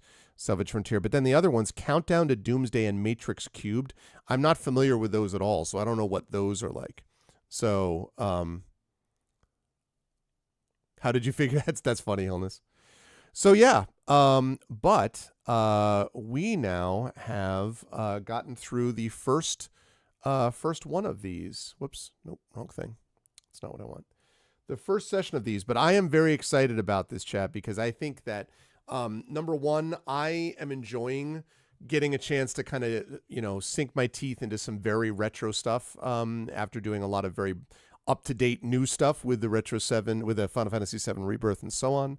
So I'm excited about that. And I think that as the word gets spread, more people who played games like Geister are going to be interested in this, but there'll also be people who, having played it or heard about it, but have never seen this particular module, I think will be into it. And so I am excited for all of that. I think that's going to be a good time. And what is this? Cloud Sync is delayed. Oh, yeah. I know about that. So let's do that and get rid of that. So I am excited about playing it, and we're going to play it a fair bit over the next couple of months, including during my subathon. For those of you who missed it, my subathon is going to be taking place on the 20th. So September 20th and 21st, it's a Friday into a Saturday. I will talk more about the way this works, but the essential idea is the more support that we get in terms of subs and Patreon support, the longer that I play. Last time it was a huge success. We ended up with something like 130 subs, which I think is a record. And the Patreon had hit like 125 or 130, which relative to when I started getting subs was a high mark for that. So I'm hoping to pass both of those. If I can get above 130 on the Patreon, and if we can pass 130 in subs as well, I would say that's a big success.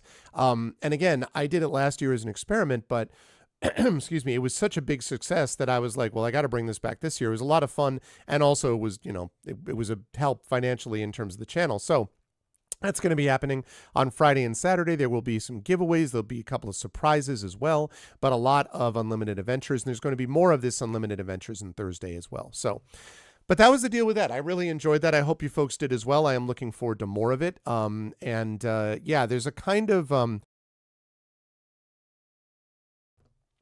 There's a kind of exploratory, thank you, Triffid, for doing that. Yeah.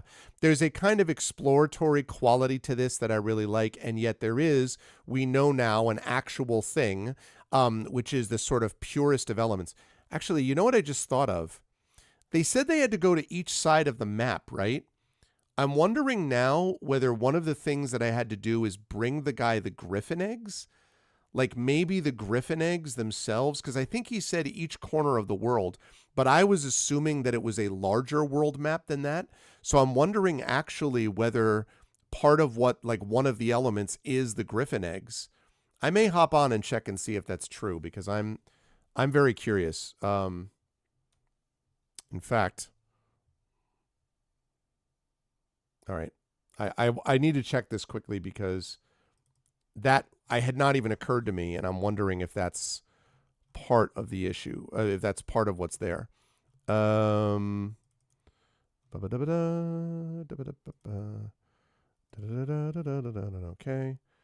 and then start game. Press key 1. Thank you, Cubics, for the follow. I appreciate it. Welcome to the Arvanauts. Okay, play the game. Load saved game. I think it's load A. Shoot, I don't remember actually if it's A or B. No, it's not that. It's load B because that's where I was. Okay, begin adventuring, right. All right, I just want to check and see. Right. No.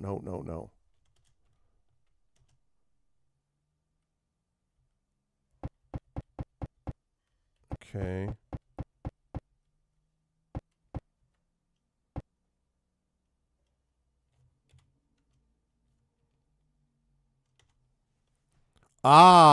Okay. So the eggs of the griffin, interesting. Okay. So check this out, Chad. I just looked to see. The eggs of the griffin, actually, you can see this.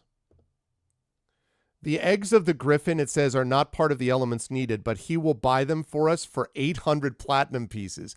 I told you they were going to be worth some serious, serious coin.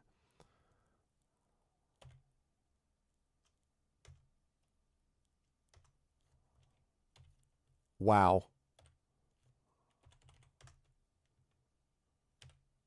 That is a lot of money. But that is interesting. So that gives me something to work with. Oops, nope. Leave. Yes.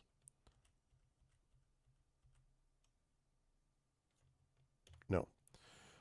Okay, so now we are going to save. We are going to save it as B, and we are going to exit play. Quit from game. Yes. Okay, great. Good. That is quite a few level ups. Yes, it is. That is very cool. All right, good. So now I know. I knew that there'd be something with the griffin eggs. I just didn't know what. Now I know that it was cold hard cash, which is not a problem, actually, because we spent at least 800 today with getting a bunch of weapons and stuff like that. Exactly. He's just like, oh, it's a delicacy. I'll pay 1,500 platinum, seriously.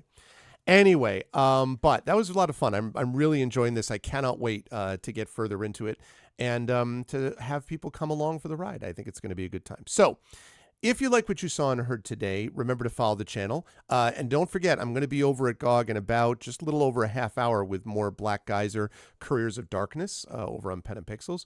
So you can check me out over on GOG.com. Otherwise, please make sure to follow the channel. Check out my YouTube. Did I hear what you said? What thing did you say? Am I just going to say it now? One of the GOG stream timer. Oh, thank you. No, I did not see that. I missed it when I was busy figuring out about the Griffin eggs. Thank you, Echo. Yeah, 10th anniversary of the stream team. Now, I have not been with them the whole time. I think I joined them a couple of years after the stream team started because I think I've been with them for like 8 years, probably, I would say. I've probably been in GOG for about 8 years as well. But thank you, Echo. Yeah, that's right. 10 years. My goodness. Oh, my pleasure. Thank you, Emily, for stopping by as always and watching it. And thanks everyone else.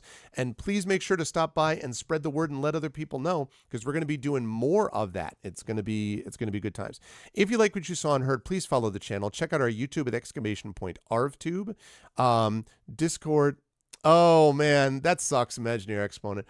Well, listen, I'm never going to say anything relating to the reasons you might have internet issues. So I hope you're doing okay. I will be playing this again Thursday night. I'll be doing more of this on Thursday night. And what we did was we got started. We sort of figured out that there's this fire dragon that basically people have been sacrificing a person in the town, and specifically a young woman in the town for like the last 21 years. It's an ancient red dragon, and it can only be defeated by the use of a weapon that is forged from 4 elements.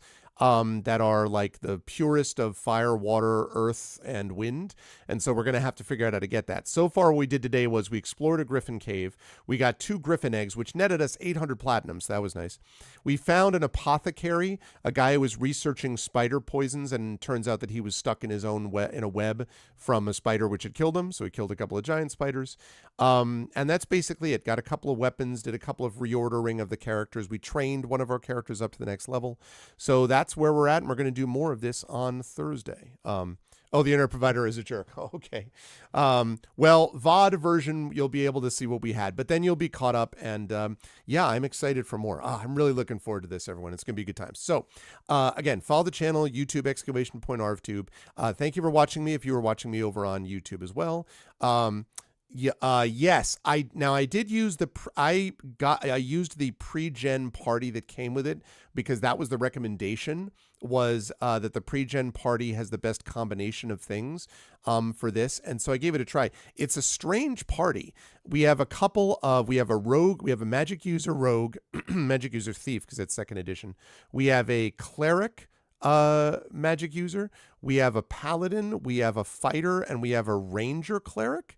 And we have 1 neutral evil and 1 chaotic evil, but then we also have a neutral good and a chaotic good, and a couple of like a true neutral and a lawful neutral. Very odd sort of party makeup, but it sort of works so far. So yeah, it'll be good. Anyway, please follow the channel. Check out the YouTube, as I said, with !ArvTube, Discord, !ArvCord, Twitter, !ArvTweets. It's weird, but it's our weird is the way I like to think of it. So, !ArvCord for the Discord, and then Twitter, !ArvTweets, Blue Sky, !ArvSky. Talk, my party maker's all about gloss. I love it. I love it, Big Boss. And then !ArvTalk for my TikTok. ArvinElleron.com is the website. Remember, Gen GM, Zach and I are doing a recording much later tonight. I have a symposium meeting, and then after that, I'm going to be recording the next long form Gen GMs, and then I'm going to be working on some class syllabi tonight. But please make sure to check out Gen GMs, which is the show that Zach Clay and I do about DMing and GMing. There's going to be more coming out, shorts and longs on that very soon. Same on my own YouTube channel with more shorts. And then don't forget Hearthglow, which is the podcast covering the time between Return to the Forbidden Library and Beyond the Forbidden Library, which are the last 2 in my first Forbidden Library trilogy. And you can find those over at my website at arvinelleron.com. Triffid is the amazing Triffid is doing the podcast editing for those. So you can find that over there. And then let's see, !Arv Shop is the merchandise area. !Arv is the Patreon. That's right. Next Hearthglow podcast out next Wednesday. But we have 3 up there already, so you can check those out as it is. You can check those out right now as we speak. Exclamation point Arftreon is the Patreon. Please support there. As I said, big subathon coming up. Same thing with subbing to the channel. Please do that if you can. Custom sub badges and emotes to use here, there, and everywhere across Twitch. And remember, new subs or new upgrade subs or new gift subs are all cheaper this month during the month of September. So please do that. And remember, the subathon is going to be a big part of this coming up in a few weeks, a couple weeks from now. Let me see. Otherwise, Exclamation Point Icarus, my graphic novel from Athos Arts. Exclamation Point Library is my Tales and Tomes, The Forbidden Library. That's my 5e adventure and sourcebook from Alligator Alley Entertainment. Talked a lot about Forbidden Library already. And Exclamation Point Greyshade is my Greyshade IP. Greyshade, Renegade, and Heretic, the books of the Grey Assassin trilogy, all available from the amazing Athos Arts. You can also pre-order, well, first you can order the Greyshade audiobook from our very own Trent Sparks. That's out now as it is, but you can also pre-order the tabletop role-playing game of Greyshade coming out from Alligator Alley Entertainment late this year or early next year, because that's a good time as well, done by our very own Brandon O'Brien. And last but certainly not least, Exclamation Point BLM, Black Lives Matter, important to affirm and assert the significance and importance of Black lives. Exclamation Point Help Now, the World Health Organization page on suicide prevention. Important to reach out to others when you need help and reach out to others when they need help as well. And Exclamation Point Ukraine, UKRAINE, to help the people of Ukraine as they fight back against an illegal and illegitimate war with bravery and courage, and send the message we will do so for others in the future as well. Thank you to my wonderful mods today. Thank you to Dragonspear, Emily, Hillness, and Triffid. Thank you so much to my Patreon supporters and subscribers. Thank you to Dragon, Emily, Hillness, Triffid, Effect Life, and Nonstop. And thank you so much to my viewers. Thank you to Big Boss, to Black Fury, to Craigery. Thank you to Elidorino. Thank you to Enthalpy Flow, to Famous Adventurer, Fraswar. What's up, Frass? Thank you to Imaginary Exponent, and thank you to Jagtress. That's it for me. I will see you folks over on GOG Comms channel in about 25 minutes for more of Black Geyser, Couriers of Darkness. But until then, everyone, as I always say, please be good to each other, and bye for now.